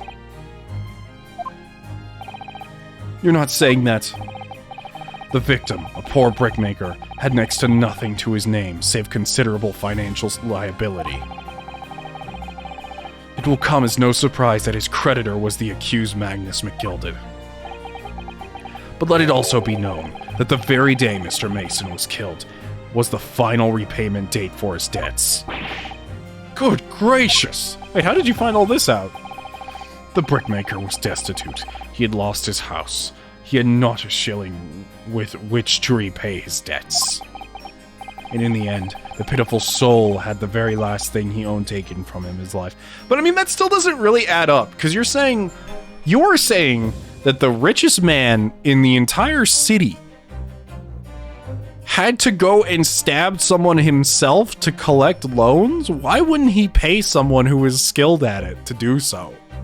Why would he himself stab a man in public right in front of people?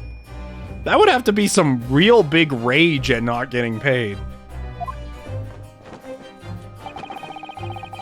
By the merciless philanthropist pretender, Magnus McGilded. I don't believe it. If I might add something briefly, Miss Susato? You claim that the victim had been lent money by Mr. McGilded. But where's the evidence to support your claim?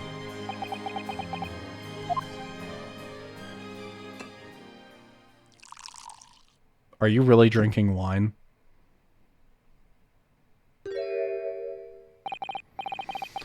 Pray forgive the discourtesy of filling my hallowed chalice in the court of law. Oh my god, this dude is so edgy! He is so edgy!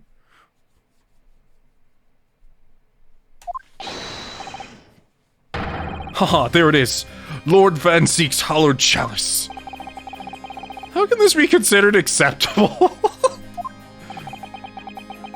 But I find myself in unexpectedly good humor. I'd heard ladies from the Far East could show great courage, but I didn't expect to experience it myself. Ah! As judicial assistant to the defense, I'm simply doing my job. What a pity that your display of courage is in vain. This is the debtor's ledger, which details all testimonies loaned by the accused. You will find the victim's name clearly recorded inside. Oh. Allow me to present this ledger as evidence.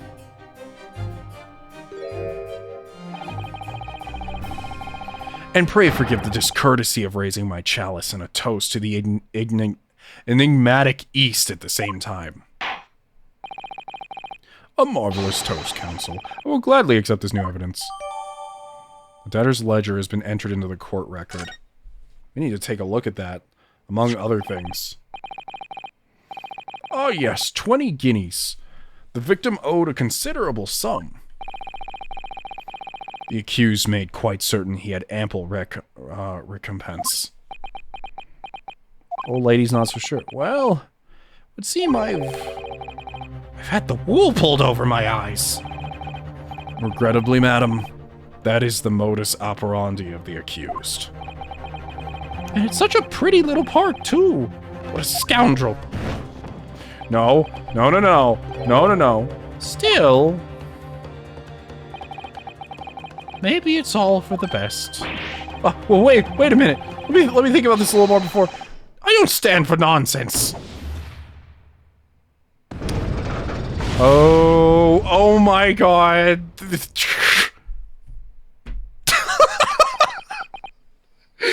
is how I feel. That was it. Last juror's decision. What happens now? Is that just GG?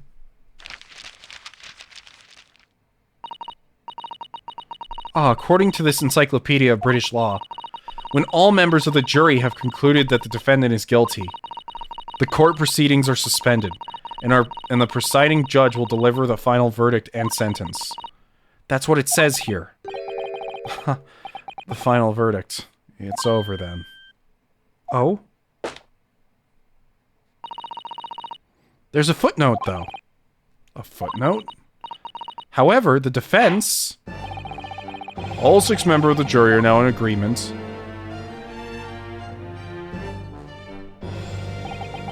Allow me to convey my respect for your swift and righteous decision. Wait, what did he say? I missed the last part. We're in agreement on the case. Rip Ryunosuke. According to the laws of the country, I will now conclude the trial by delivering my final verdict. I trust there are no objections. Mrs. Otto, just tell me one thing. Oh? Yes? You're in the middle of saying something before. The footnote in your Encyclopedia of British Law. However, the defense... What did it say next? Oh, yes. Of course. One moment. When all members of the jury have concluded that the defendant is guilty, the court proceedings are suspended and the presiding judge will deliver the final verdict and sentence. Then the footnote says, however, the defense has the right to demand a summation examination of the jurors at this point.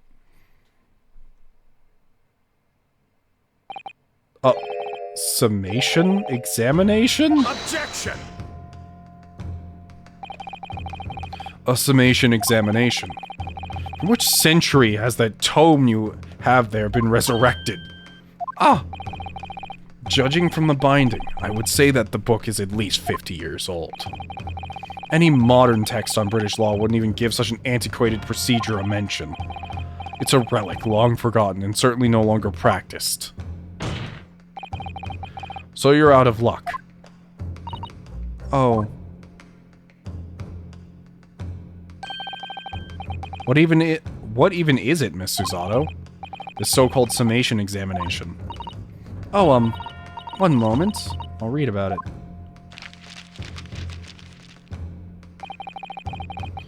You would demand the right to a procedure before you even understand what it entails? Typical Nipponese. Damn! Dude hates Japan. Also known as the in OG is the closing argument. Alright, Mr. Naruhodo, I think I understand. It seems that under this procedure, we would be able to appeal to the members of the jury. To do what exactly? Appeal to them to change their leaning and reverse their... I keep clicking through this, it's my bad. And reverse their decisions. And it says here that, if successful, the proceedings of the trial must be resumed. Okay. Making them reverse their decisions. Yes, in times gone by, barristers would use a summation examination to attempt to influence the jury's decision. But that procedure became something of a formality with no practical benefit, really, so it rather fell out of use. I wonder why. Because it was devoid of purpose. Changing just one member of the jury's mind would be hard enough, let alone several. No self-respecting defense barrister would even assert his right to try in this day and age. Still, I don't see any mention of the procedure actually being formally revoked. What are you suggesting? I'm suggesting that although it may be antiquated and largely forgotten, it isn't yet extinct. What do you think, Mr. Naruhodo?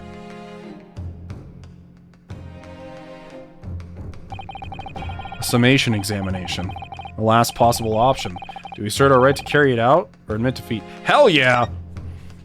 Who cares if people haven't used it in forever? The defense wishes to assert its right to a summation examination, my lord. Objection! London is the capital city of the most powerful nation on Earth. We have a duty to the world to exemplify the very high standards of judicial procedure. Summation examinations are an embarrassment that should remain buried. Objection! But if it's our right, it's our right. I believe it could prove vital in this trial. The defense's petition is perfectly valid. Yeah, let's go, Judge! The court will proceed with the summation examination. This is madness. Foreman, are you and the remainder of the jury ready? Well, I'm not. There's no mention of this in the letter I received, you see, so... All members of the jury will be asked to explain on what grounds they have reached their decision. On what grounds? You must all justify your decisions and explain why you believe the defendant to be guilty. Well, my lord, you're rather putting us on the spot. This is most irregular. No mention of this was made before. I don't really hold with all this justifying lark. That seems to have thrown the jurors off. It seems none of them have experienced this before. Alright then, the summation examination. A defense procedure no practicing lawyer has attempted for years, is it? This, you know what this is? This is like the anime equivalent of the character, like, pulling off a move. Like, if you ever watched like an anime and a character pulls off a move and someone goes, no one's used that in years. It's the blank blank technique. That's what this is right now. Well, just maybe. You know, like when Ippo does the freaking Dempsey roll in Hajime no Ippo. Excuse my weeb shit for a second. It might be the opportunity we've been looking for to turn this trial around. So be it then, ladies and gentlemen of the jury, the court hereby calls upon you to state the grounds on which you find the defendant, Magnus McGilded, guilty of this most serious crime.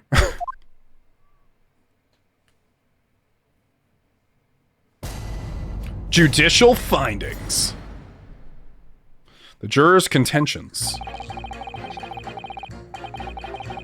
There was no one else inside the carriage at the time, so it has to have been him. Okay. I trust the driver. He has an excellent memory, it seems. 4 passengers with fares totaling 20 pence.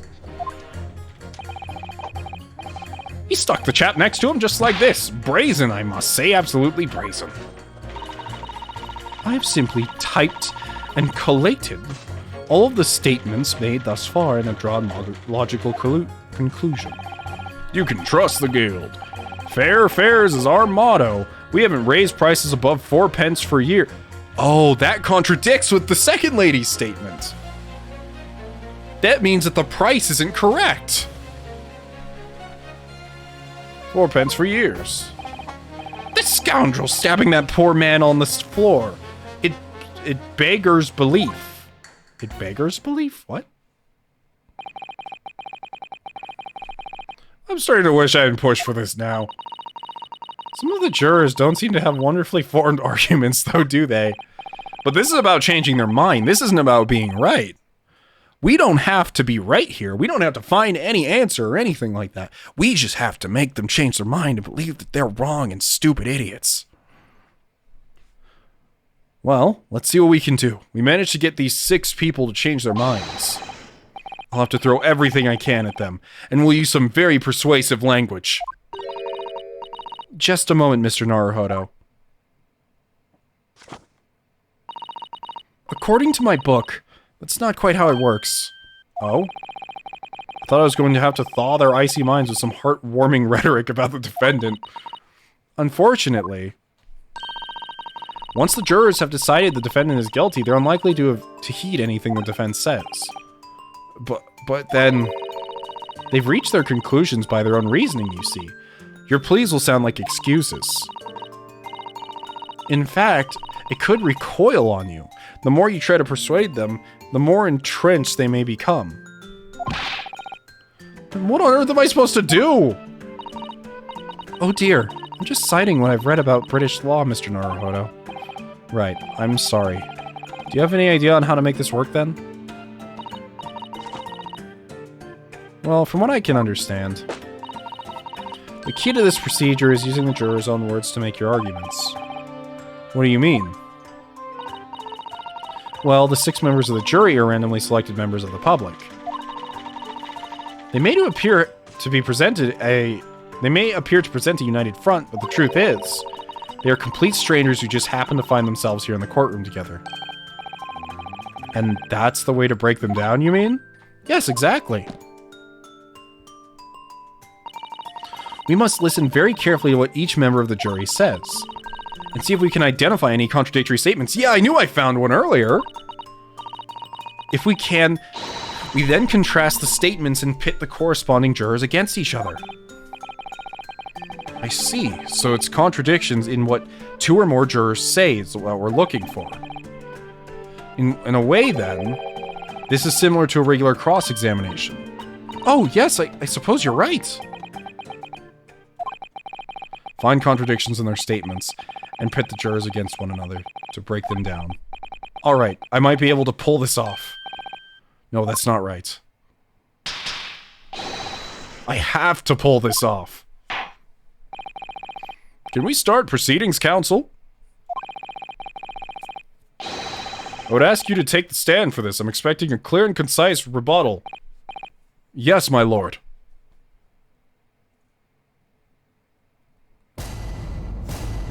Jury examination. Look at us. We even have Kazuma's sword. We're ready to go. The defense's rebuttal. There was no one else inside the carriage at the time, so it has to have been him. It was this statement, the one I was curious about. I trust the driver. He has excellent memory, it seems. 4 passengers with fares totaling 20 pence. That doesn't make sense because juror number 5, I think it was, said that the guild only charges 4 pence per passenger. Meaning here, it would only have cost them 16, not 20. So I'm guessing if I use this pit button,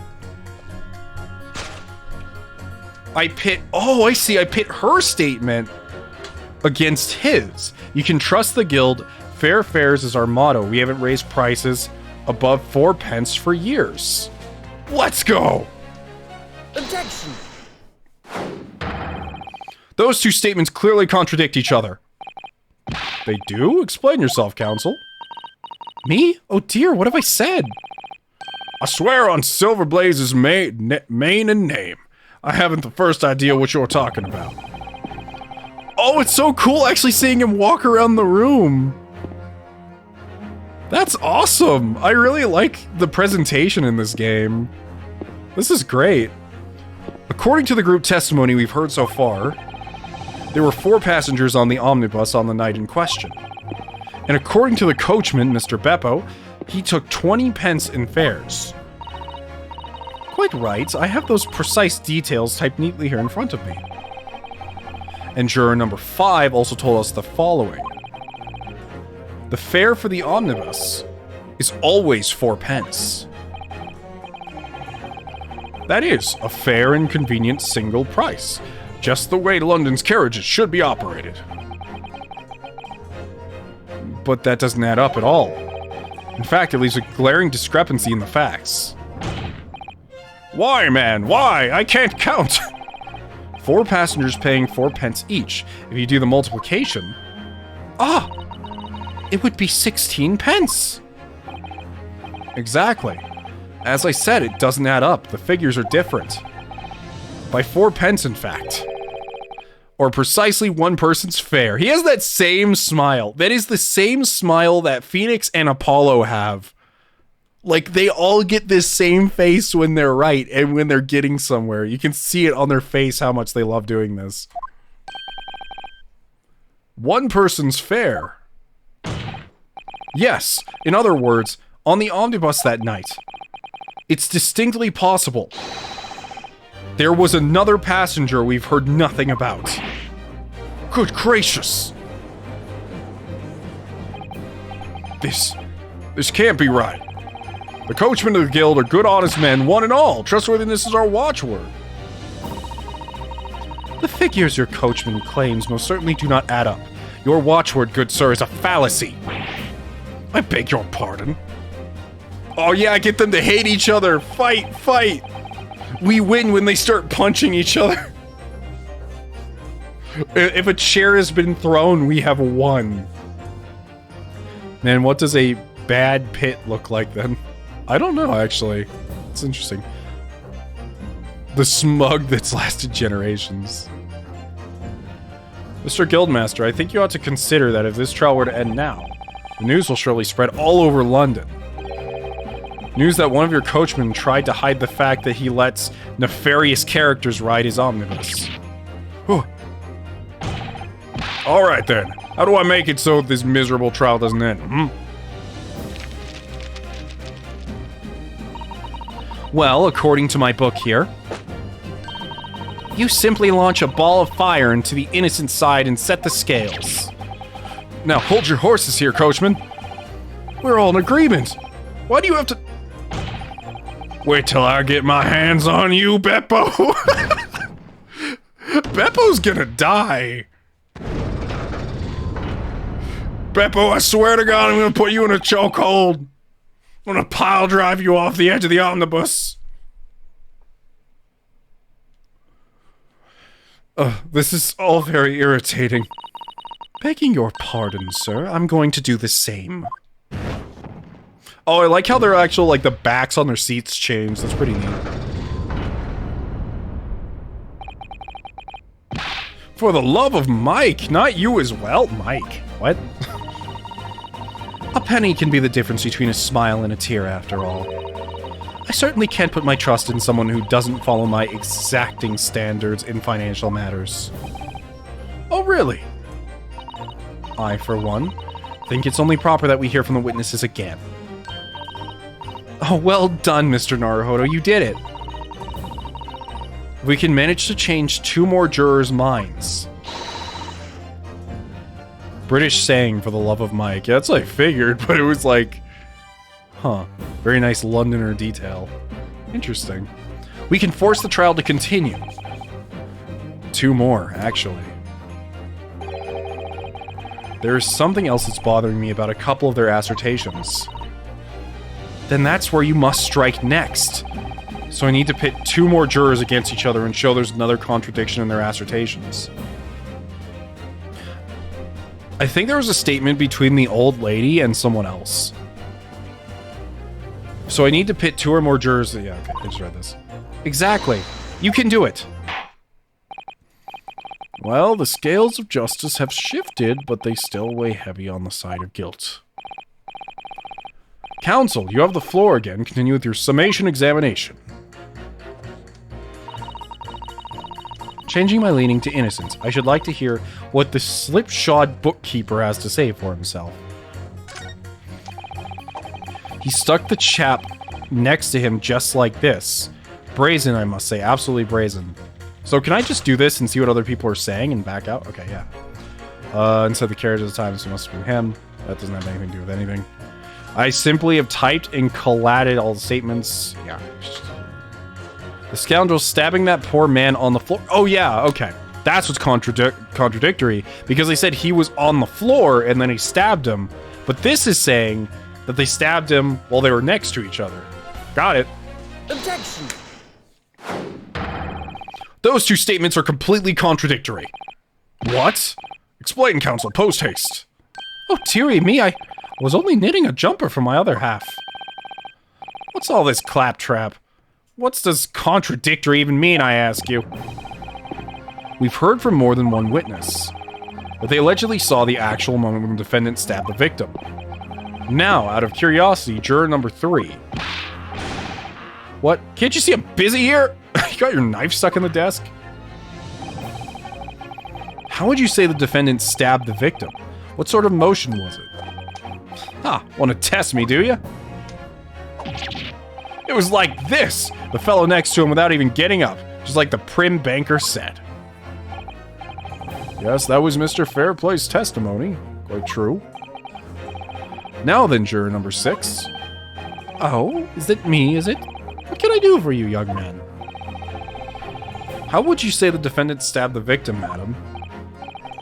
Oh, well, dear, as far as I understand it... was like this. He stabbed the poor man after he'd collapsed on the floor. The coachman said so. Now don't move. Take a look at these 2 jurors. He stuck the fellow next to him without even getting up. And he stabbed the poor man on the floor after he collapsed on the floor. Well, I never. They're stabbing in totally different directions. Huh? Bless my stitches, what a muddle! What this tells us is that there's a strong possibility one of the witnesses isn't telling the truth. Oh? But why? Why the dickens would they lie? I don't know that yet, but what I do know is that if the trial ends at this point, we may never find out, and we may never know the real truth. Ladies and gentlemen of the jury, can you really just let that happen, in all good conscience? Lies, you say? Oh, dearie me. I can't abide people telling lies. Let's go, old lady! Come on! On the side of justice.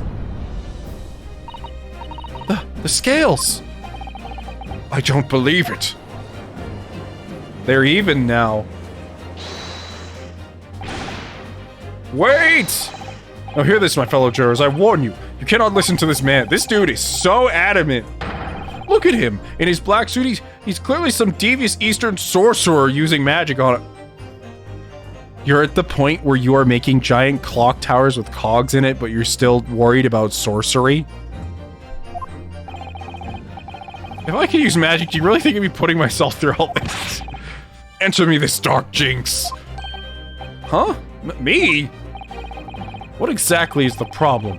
What of it if 2 witnesses have slightly different recollections of events? What of it? Let's say the Shylock did sack the victim as he was sat next to him on the omnibus, and this young dandy man saw him do it. Now let's say the victim collapsed on the floor, and then the Shylock stabbed him again. And this old lady saw him do it. Well, what's to say it didn't happen like that, hmm? Who are you calling a dandy, sir? Why should I should take this knife to you? Who are you calling old? Why should I take this needle to you? They're ready to kill each other now.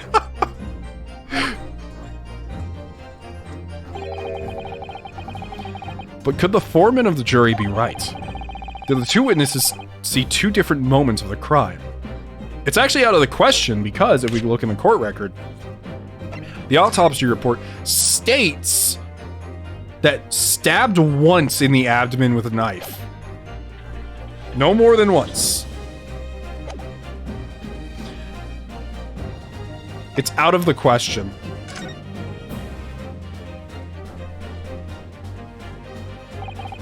Unfortunately, Mr. Foreman. What is it, you dark jinx? Come on, out with it.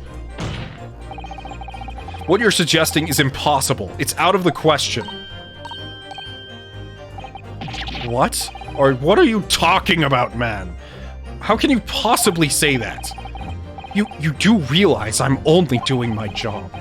As foreman of the jury, I have a responsibility to steer everyone in the right direction. So where's your evidence, man? That's what we want to see. I say the 2 witnesses saw 2 different moments of the same crime. If you say that's out of the question, show me some proof. It looks like the only way I'm going to convince him is to present him with something that he can't dismiss. Some irrefutable hard evidence. As you wish. What? I'll give you the proof. It's out of the question that the 2 witnesses saw 2 different moments of the same crime, as proven by the autopsy report. Take that! This is the victim's autopsy report. According to what's written here, Mr. Mason was stabbed in the abdomen. Only once. Only once? It's quite simple. The victim was stabbed precisely one time. Which means these witnesses can't possibly have seen it happen 2 different times. Alright. I concede defeat.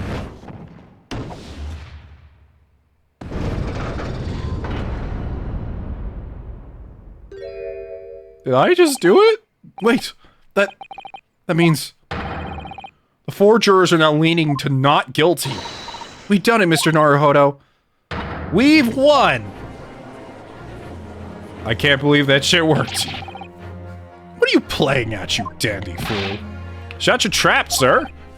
No one deceives me. But we had a consensus. I said shut your trap. I know a liar when I see one. And if the chap ever dares to cross the threshold of my shop, I'll take this razor-sharp blade and shave every last hair off his head. Please tell me he's a barber. Well, in quite a remarkable turn of events, the defense's summation examination has flipped the balance of the scales of justice.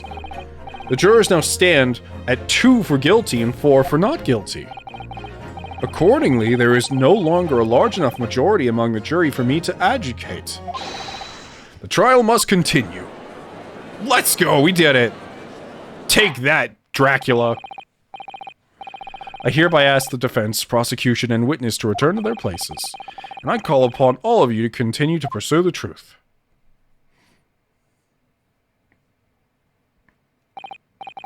So, Lord Vanzieks, continue to substantiate the case for the prosecution, if you please.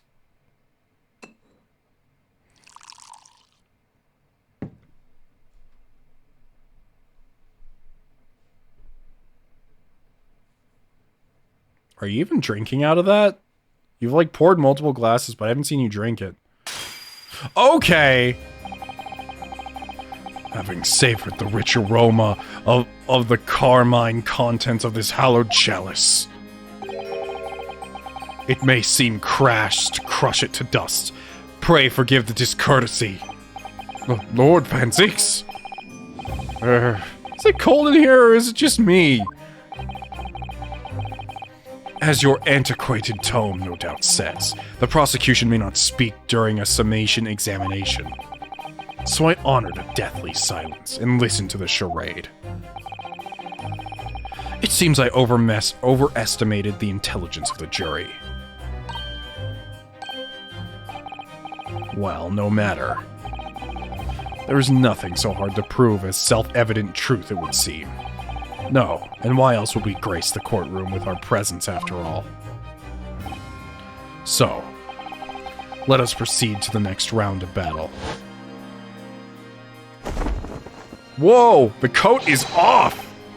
Bring forth the witnesses once more. Apollo would probably love the scales of justice. Yeah, he would love that. Witnesses. I trust you've heard the summaration, the summertime examination we have had to endure. Oh, yes, sir. That I did, sir. Of course I heard it. Oh, yes, sir, I heard it. You, sir, on the end, the coachman. I believe it's Beppo. Yes, sir, my lord, sir. If it transpires that in your previous testimony, you were attempting to veil the presence of a 5th passenger on your omnibus, you will be found guilty of perjury. You are advised to bear that in mind, sir. Oh mio Dio, Now then, witness, I hereby call on you to testify before the court again. We'll explain the various misgivings brought to our attention by the defense's summation examination.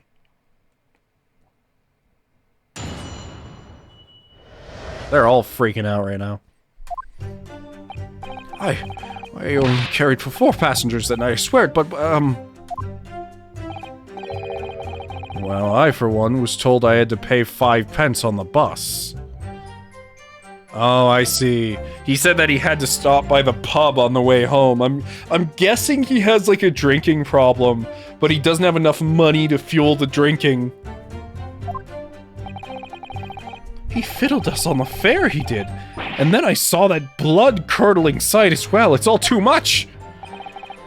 I tell you, I saw McGilded stabbing that man. Everything I said before stands.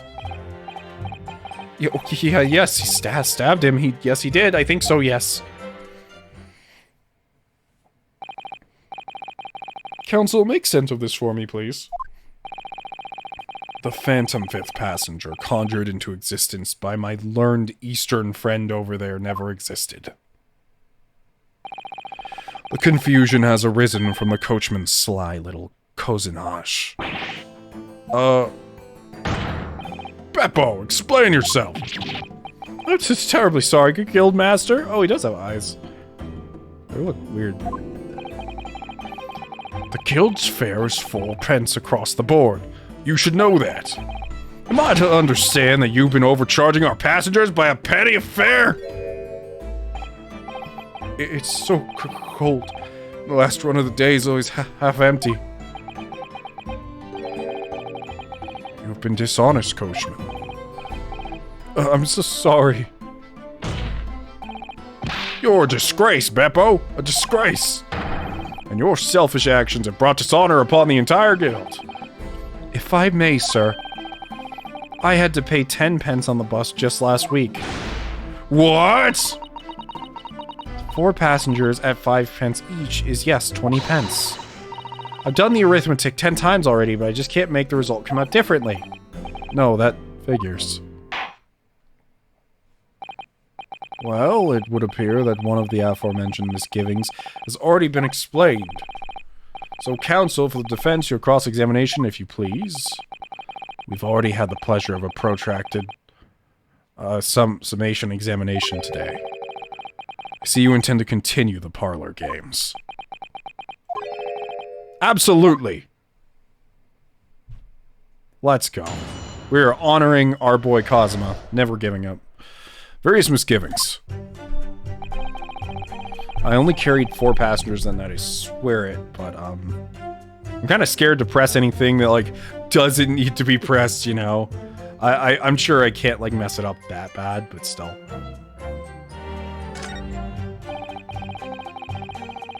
Oh, 1 second, folks. I will be right back.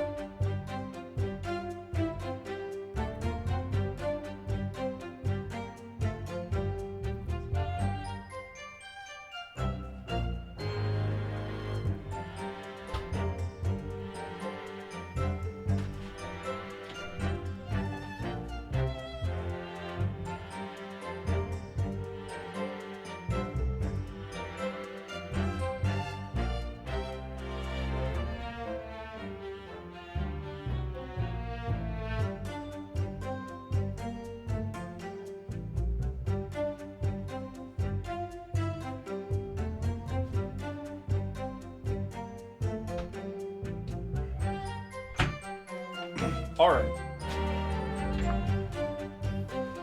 Ugh.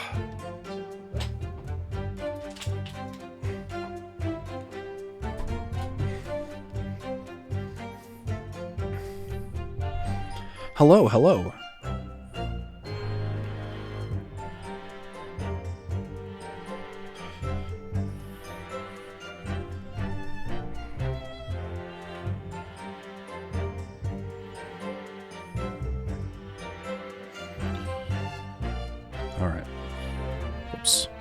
Wrong one. There we go. We are back. Okay, so he said, well, I for one was told I had to pay 5 pence for the bus, which we already proved this right. I see he filled us on the fare. And I saw that blood curling side as well. It was all too much.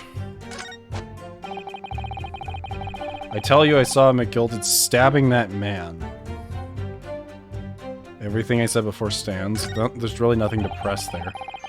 Oh yes, he stabbed him. Yes, he did. I think so, yes. This is the one that's a little suspicious. Hold it! This makes me think of the case where Mio was asleep and was accused of murder. And one step you had you not pressing anyone. Take your best guess. Yeah. Kind of does remind me of that, you're right.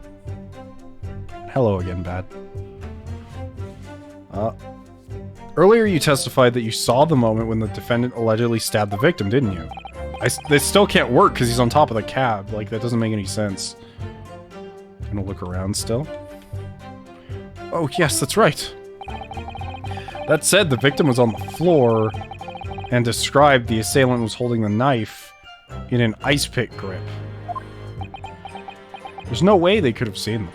And we already kind of disproved that a little bit.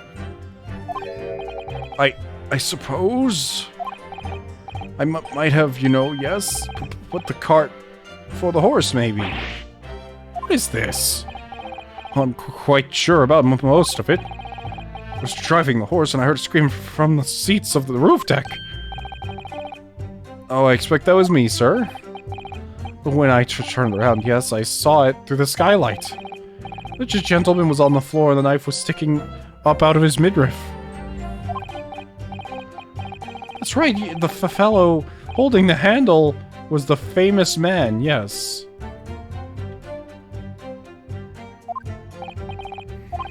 So in short, you didn't see the moment when the victim was actually stabbed at all? I really thought that I did, but when I go over it again in my head... No, I suppose I didn't actually see the precise moment of the stabbing, did I? Whoa!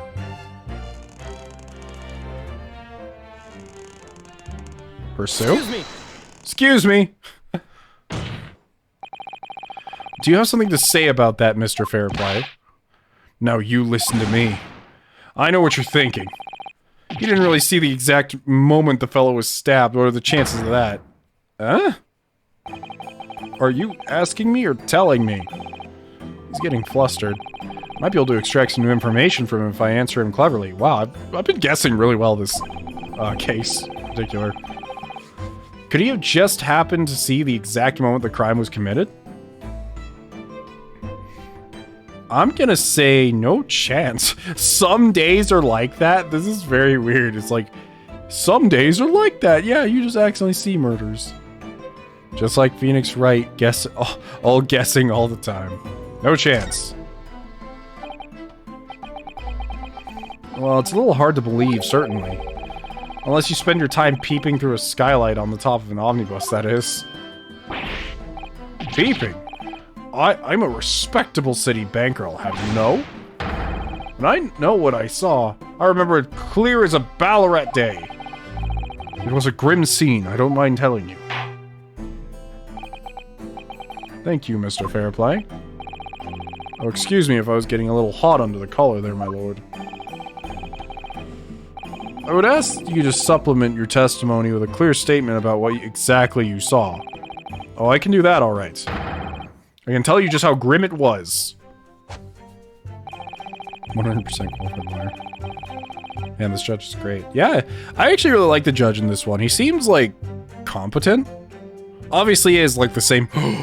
like, putting things together at the very last moment, like all Ace Attorney characters have, but, like, when something is wrong, he just goes for it. You know, there's no hesitation, there's no, maybe. It's just, I'm going for it. Do you think I'd forget the sight of those blood-soaked hands after the butcher stabbed that man? Blood-soaked hands? But he's wearing gloves. Is this... I feel like that's something I should press him on to make sure that it's, like, more clear.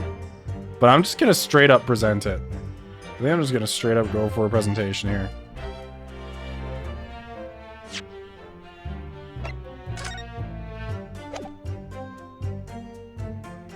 Objection! Blood-soaked hands. Well, I admit that soaked might be laying it on a little thick, but anyway, there was definitely blood all over them. Both of them were covered in it. Well, I'm very sorry to disagree, Mr. Fairplay, but that's more than a little peculiar. What? Here are the gloves worn by the defendant, Mr. McGilded, on the night in question.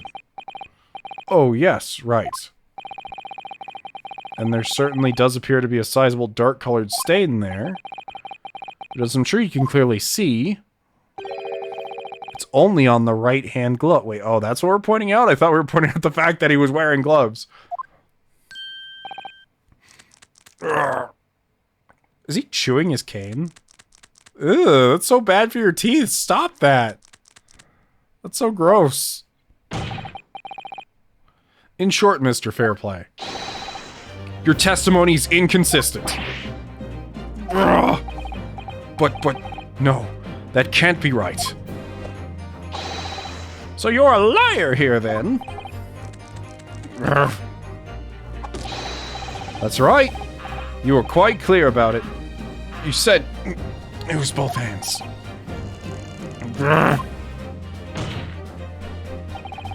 Mr. Fairplay, if your last statement was a lie, that calls your entire testimony into question. You say you saw the moment the victim was stabbed, but is that really the truth? Objection! I knew he was going to say something soon. It was a simple mistake. You can't justify accusing this man of lying. Yes, it wasn't both hands, it was only one, but the fact remains. The victim's blood was on the accused. Objection! No, Mr. Fairplay categorically stated that he saw blood all over both hands. Which means there's a strong possibility that this witness was deliberately trying to mislead the court. Why? Why, I'm a city banker for Pete's sake, for pity's sake. My word should be the gold standard. I'm a gentleman, not some gutter snipe. Upstanding members of society don't prevaricate. He's claiming to have no reason to lie.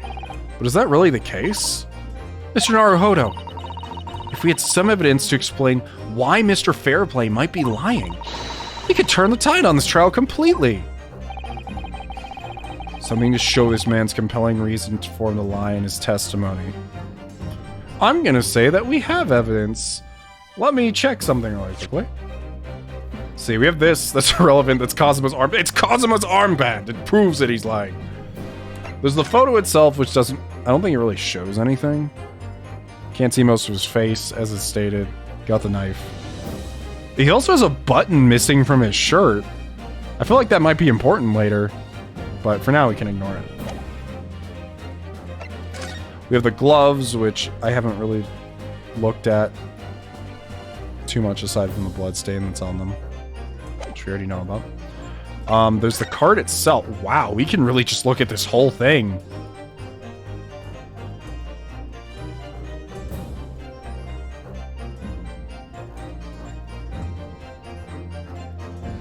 Baker's missing button might just be to show that he's poor, but man, that'd be cool if it did show up. I agree.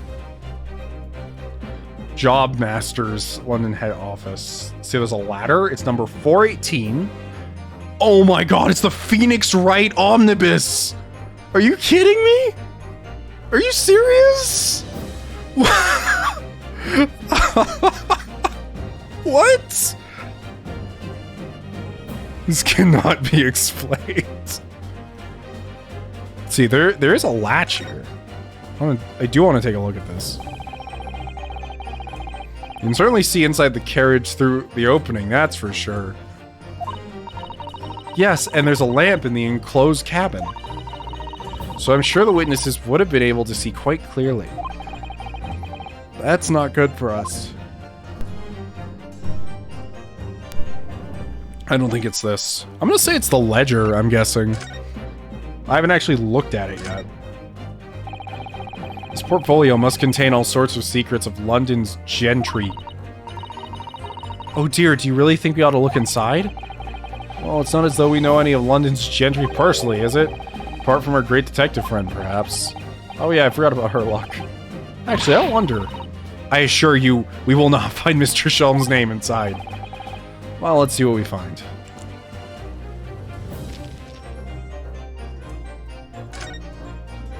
You can't read any of this. Gosh, it's crammed full of gentlemen's names, isn't it? Well, I suppose they're probably not all gentlemen, are they? After all, not everyone in this country is well off. Oh, goodness! What is it? Look at this. Do you see this name here? Oh, his name is in here! It's now canon that Phoenix is named after an omnibus. Yeah? Should that mean something to me? It does sound strangely familiar, actually. Bruce Fairplay, the witness testifying at this very moment! Oh yes, of course, the banker! Why is his name in here? Ah, he borrowed 20 guineas, did he? And look, the repayment date is fast approaching. It's possible that this is just a coincidence, of course, but this could be very useful information. I found the information I was looking for. Let's go! Nice to see Phoenix's forgetfulness is genetic. Oh my god. Let's see.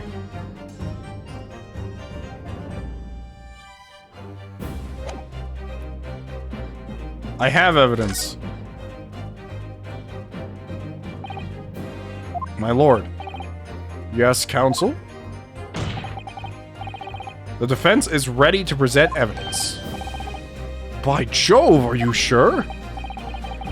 Yes. Evidence that will clearly demonstrate why Mr. Fairplay had a reason to lie in his testimony.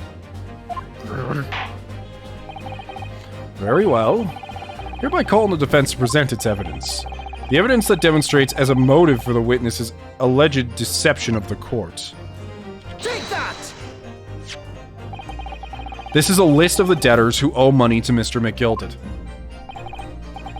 Yes. A list of innocent victims crippled by the accused extortion. The point is, among the names of these debtors is your name. Mr. Bruce Fairplay. Huh? What? Mr. Fairplay, are you currently indebted financially to the accused? No, well, it's barely worthy of being called a debt. According to this ledger, you owe 20 guineas. Not an inconsiderable sum of money, wouldn't you say? Well, what of it? Let's suppose Mr. McGilded were to be found guilty of murder. What would become of your debt in that case? These documents state that the loan agreement is forged between two individual parties. Therefore, we're the creditor, the defendant here, to be sentenced to capital punishment. Oh, were, I say. All outstanding debts which were owed to him would be annulled. They would cease to exist. Cease to exist? Mr. Fairplay, is it not the case that you claimed in your testimony that you to have seen something you never in fact saw, in a devious attempt to annul your debt of 20 guineas to the defendant? Dude, just freaking out. He's gonna freaking eat his whole cane. Order, order! Mr. Bruce Fairplay. Yes, my lord. Let me ask you again. And be aware that your answer may have most serious implications upon your future, sir. Did you, or did you not, see the precise moment in time at which the defendant is alleged to have thrust a knife into the victim?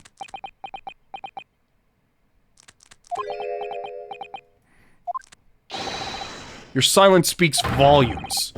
You did not tell the truth in your testimony. All right. Now let's not make a melodrama out of this. Perhaps I did overstate the truth a pinch. A pinch? But it makes no difference. I definitely remember seeing blood on McGilded's hands, both of them. Objection! And yet only one of the defendant's gloves, which we have here as evidence, is stained. Urgh. So you keep saying. I wonder if I might be allowed to speak, sir? Go Go ahead, Mr. First. Well, the thing is, I think I remember seeing it myself. Seeing what? The blood, sir. On the assailant's hands. I think, yes. I'm almost sure that it was on both of his hands, not just one. What? What?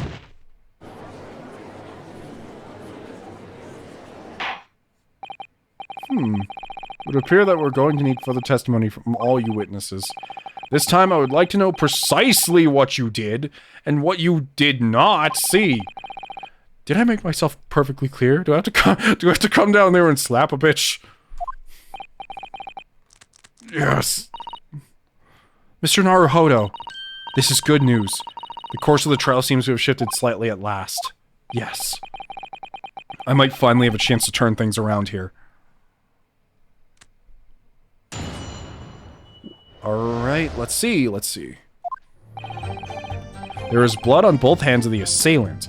I sincerely and distinctly remember that.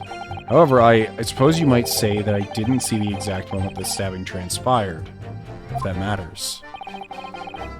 I remember seeing the knife, and I remember seeing both of the attacker's hands with blood on them.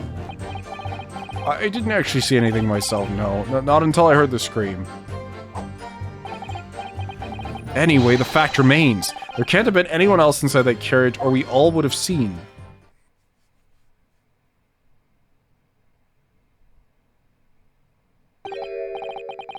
Well, lo and behold, in truth of fact, not one of you was witness to the crucial moment the crime was perpetrated. I apologize, my lord, but honestly, there's no one else inside that carriage. The man's hands were covered in blood. That much incriminating evidence is tantamount to saying we saw the man do it. That's really not what a testimony's about. Let us examine the interior of the omnibus once more. The victim's fresh blood is clearly visible on the seat, corroborating the witnesses' accounts. In other words, there's no substantial nor significant change in the facts of the case. Very well. Your cross-examination, please, counsel. Yes, my lord.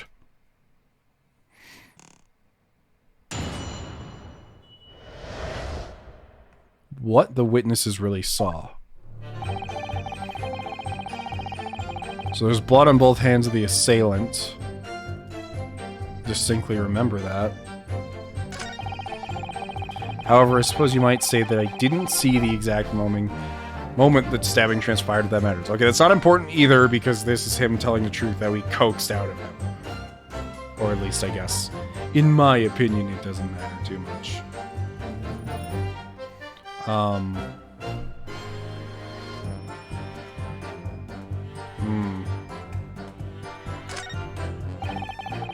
I remember seeing the knife, and I remember seeing both the attacker's hands. I'm gonna press this one. Hold it!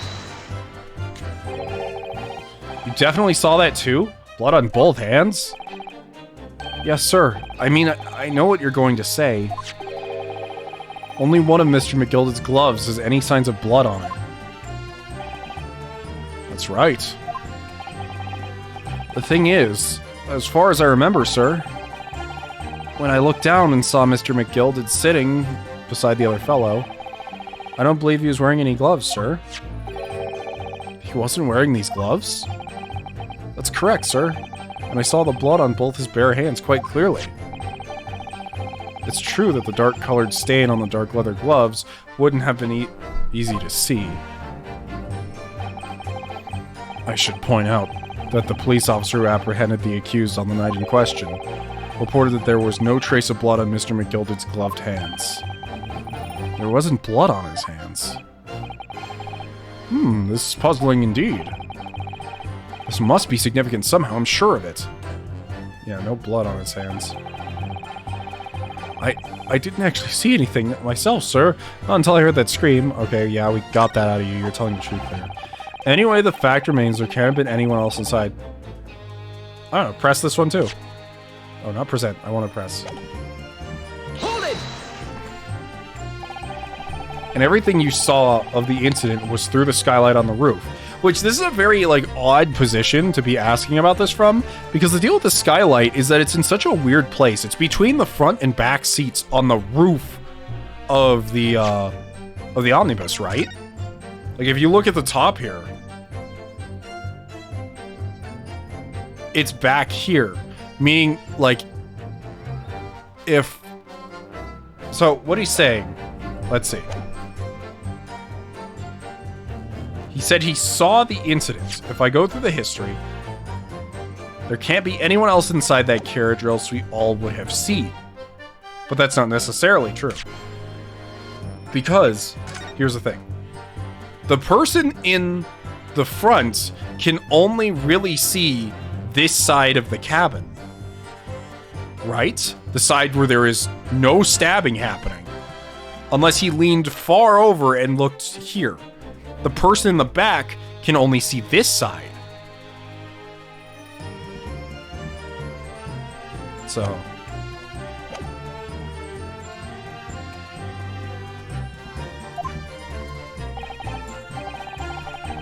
That's right. It was fiercely cold that night, but the glass wasn't frosted over. Oh yes, I remember I was shivering, it was so bitter. Which rather begs the question of why the pair of you were sitting on the roof deck in the first place. Yeah, that is a little weird. Well, I don't know about this young fellow, but I couldn't enter the cabin. Oh, why not? It was locked from the inside. I tried knocking, but no one opened the door. It was locked? That's right. It's a public service bus, for pity's sake. That's not what I call fair play. Yes, I had exactly the same experience. I tried knocking, but the gent inside just gestured at me to clear off. So I had no choice but to climb up to the roof deck and look down longingly into the warm cabin window. Well, I can assure you that I wasn't just looking down, I was glaring long and hard. That's precisely why I can tell you with absolute confidence. If there was anyone else at all in the cabin, I would have noticed. Unequivocal, I would say. I'm not sure about these two witnesses. Could they really have seen everything from inside the cabin through the skylight? They might not have been able to. Allow me to confirm one thing. Mr. Fairplay? You're riding this omnibus. And witnessed the events in the cabin through the skylight on the floor of the upper deck. Is that right? I do find it a little weird that we haven't brought up who sat in what seat yet, right? We have this entire piece of evidence in here, but we haven't really, like, who was sitting where up here, right? That's right, yes. If in that case, there is a portion of the cabin interior that would have been out of sight from you. What? By golly, really? Obviously, at this stage, we can't say for sure. But the possibility cannot be denied. At the time of the incident, there could have been another passenger in the enclosed cabin of the omnibus. Objection! Enough hypothetical meandering. My Nipponese friend.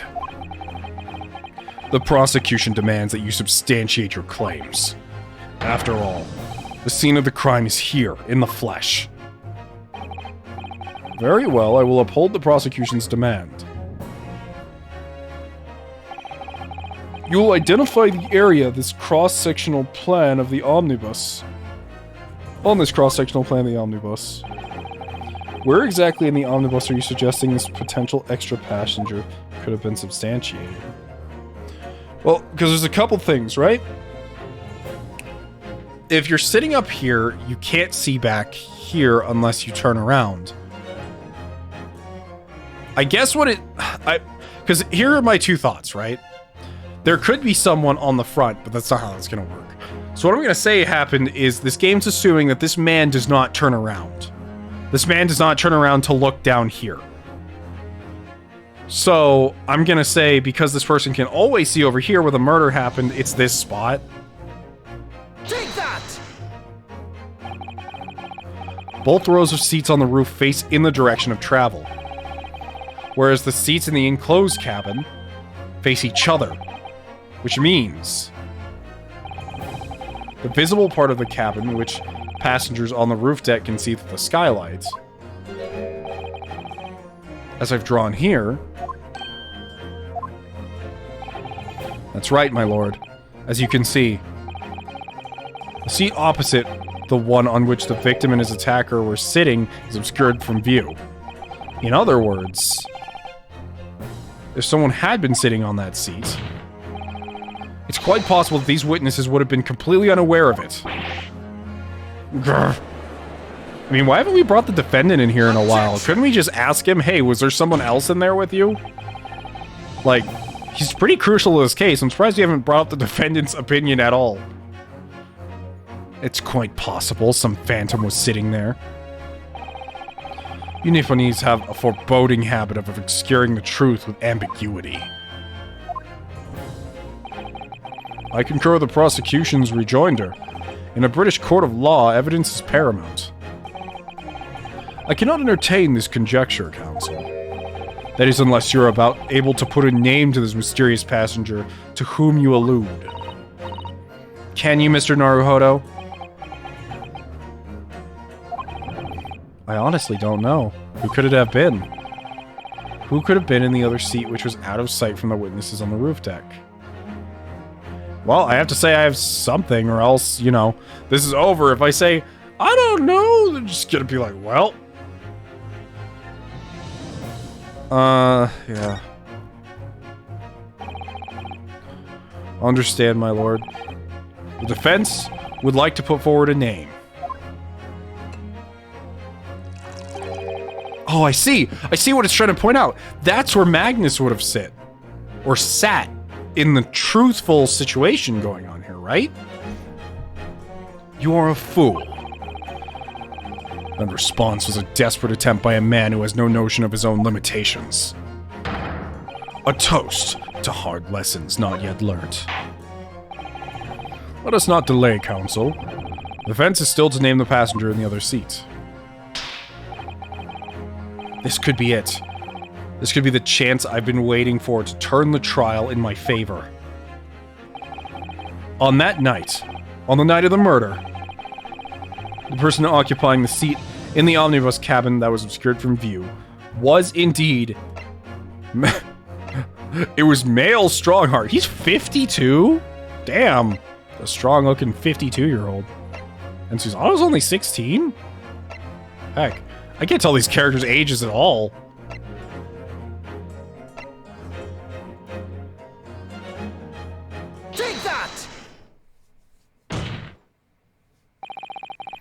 The passenger in the enclosed cabin that the witnesses on the roof deck failed to see had to have been Mr. Magnus McGilded. McGilded? What are you talking about, counsel? That's the name of the defendant!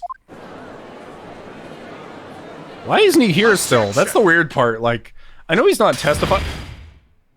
Dude! That's a fire hazard! You could have caught the cord on fire!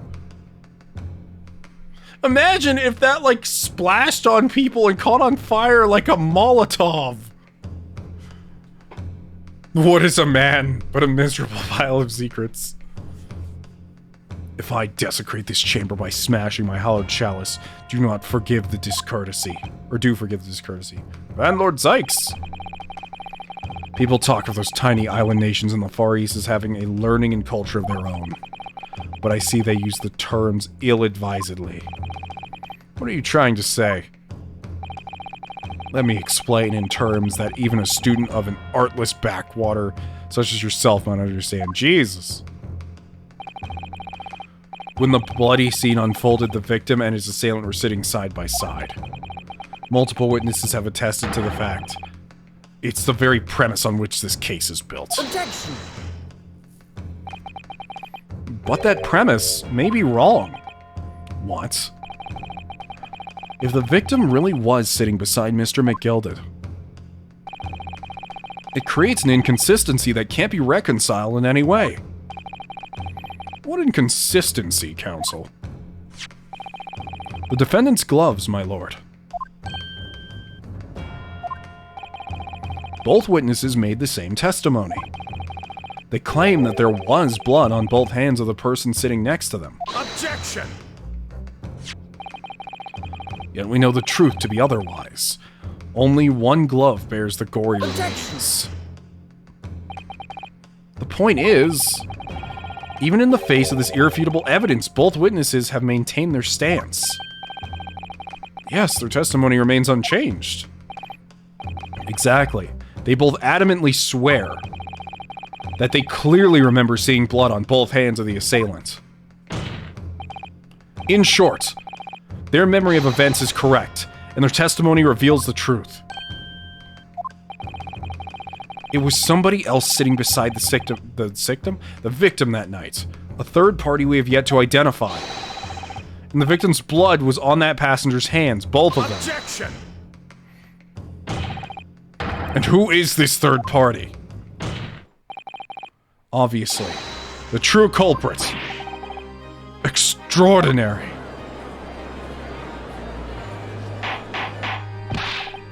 Order, order, order! Who exactly are you?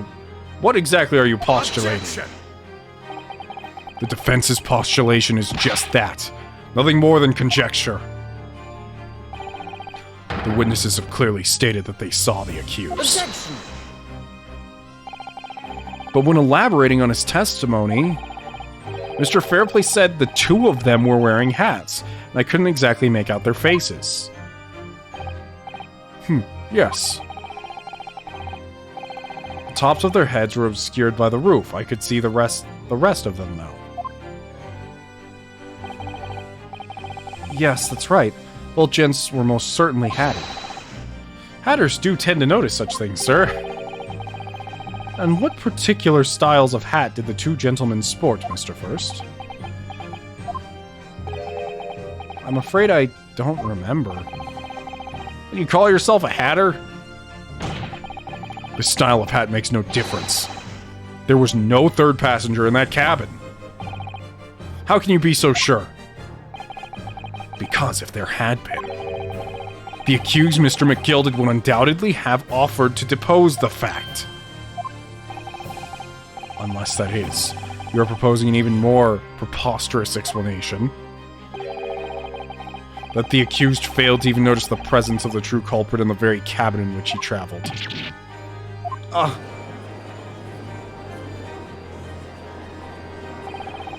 He's right.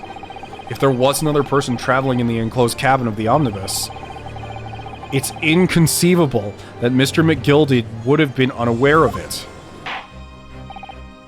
Order! There is clearly a simple solution to this problem. Bring me accused Mr. Gilded to the stand. Well, what do you say, counsel? The prosecution objects, my lord.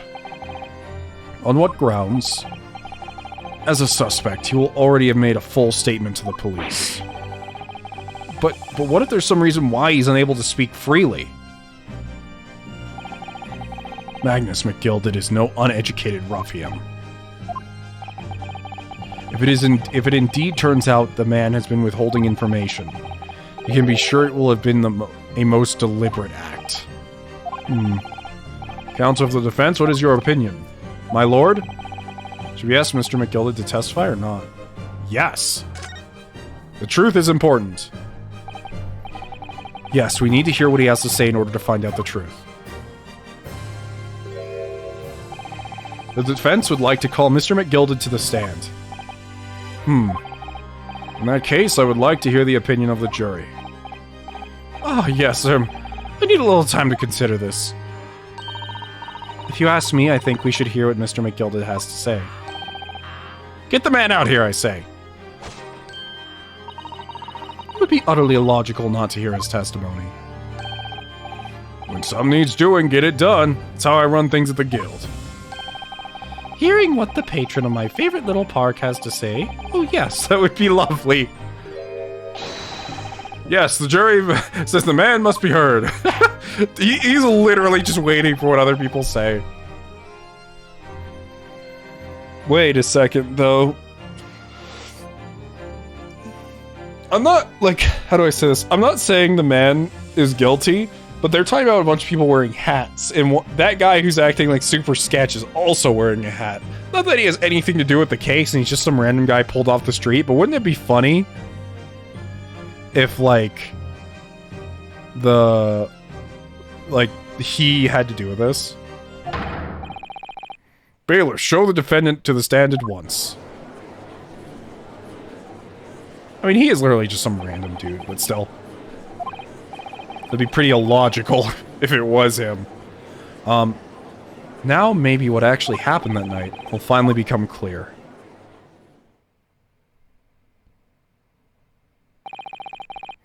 Let proceedings be resumed. How long have I been streaming? 3 hours. Mr. McGilded, have you been listening to the discourse of the day? To be sure I have, my lord. There are now 2 matters on which the court desires to hear from you. The first is whether or not there was a third party with you in the omnibus cabin as proposed by the defense. Alright. Actually, although I'd love to continue, I don't want to, like, do it on my voice too hard here, as I've been already streaming for, like, 3 hours on this. So, I think we're gonna hold off this part of the trial till next stream. Which, I'm thinking of making this Saturday, but we'll find out. I'll definitely post, like, a tweet about it. But yeah, this trial's been great so far. I've been really enjoying, what's been going on in this courtroom. The jury system actually makes things really interesting, because in Apollo Justice, I think that's when we actually got to interact with the jury the most, but it was in a weird, like, it was in, like, some weird futuristic way, almost. There was, like, it was just a weird section at the end, where they started to, like, matter. But in this game's case, they're a huge part of it, and they all have so much personality. Like, I actually think the switch to 3D has benefited this series a lot. It seems like they're more easily able to make these characters come alive in the way they want, and they can more easily make them interact with the environment in the way that they want, from banging the desk to making these flames appear to pulling things off of them. So, yeah, I'm really happy with how this trial's gone so far. We will see how it goes in the future, when I next decide to stream. I didn't mean to click that. He's just speaking on his own. He's just going his own way. But yes, I hope you all have a wonderful day. I am going to leave you all with, a streamer I know under the name of Serena. Have a wonderful day.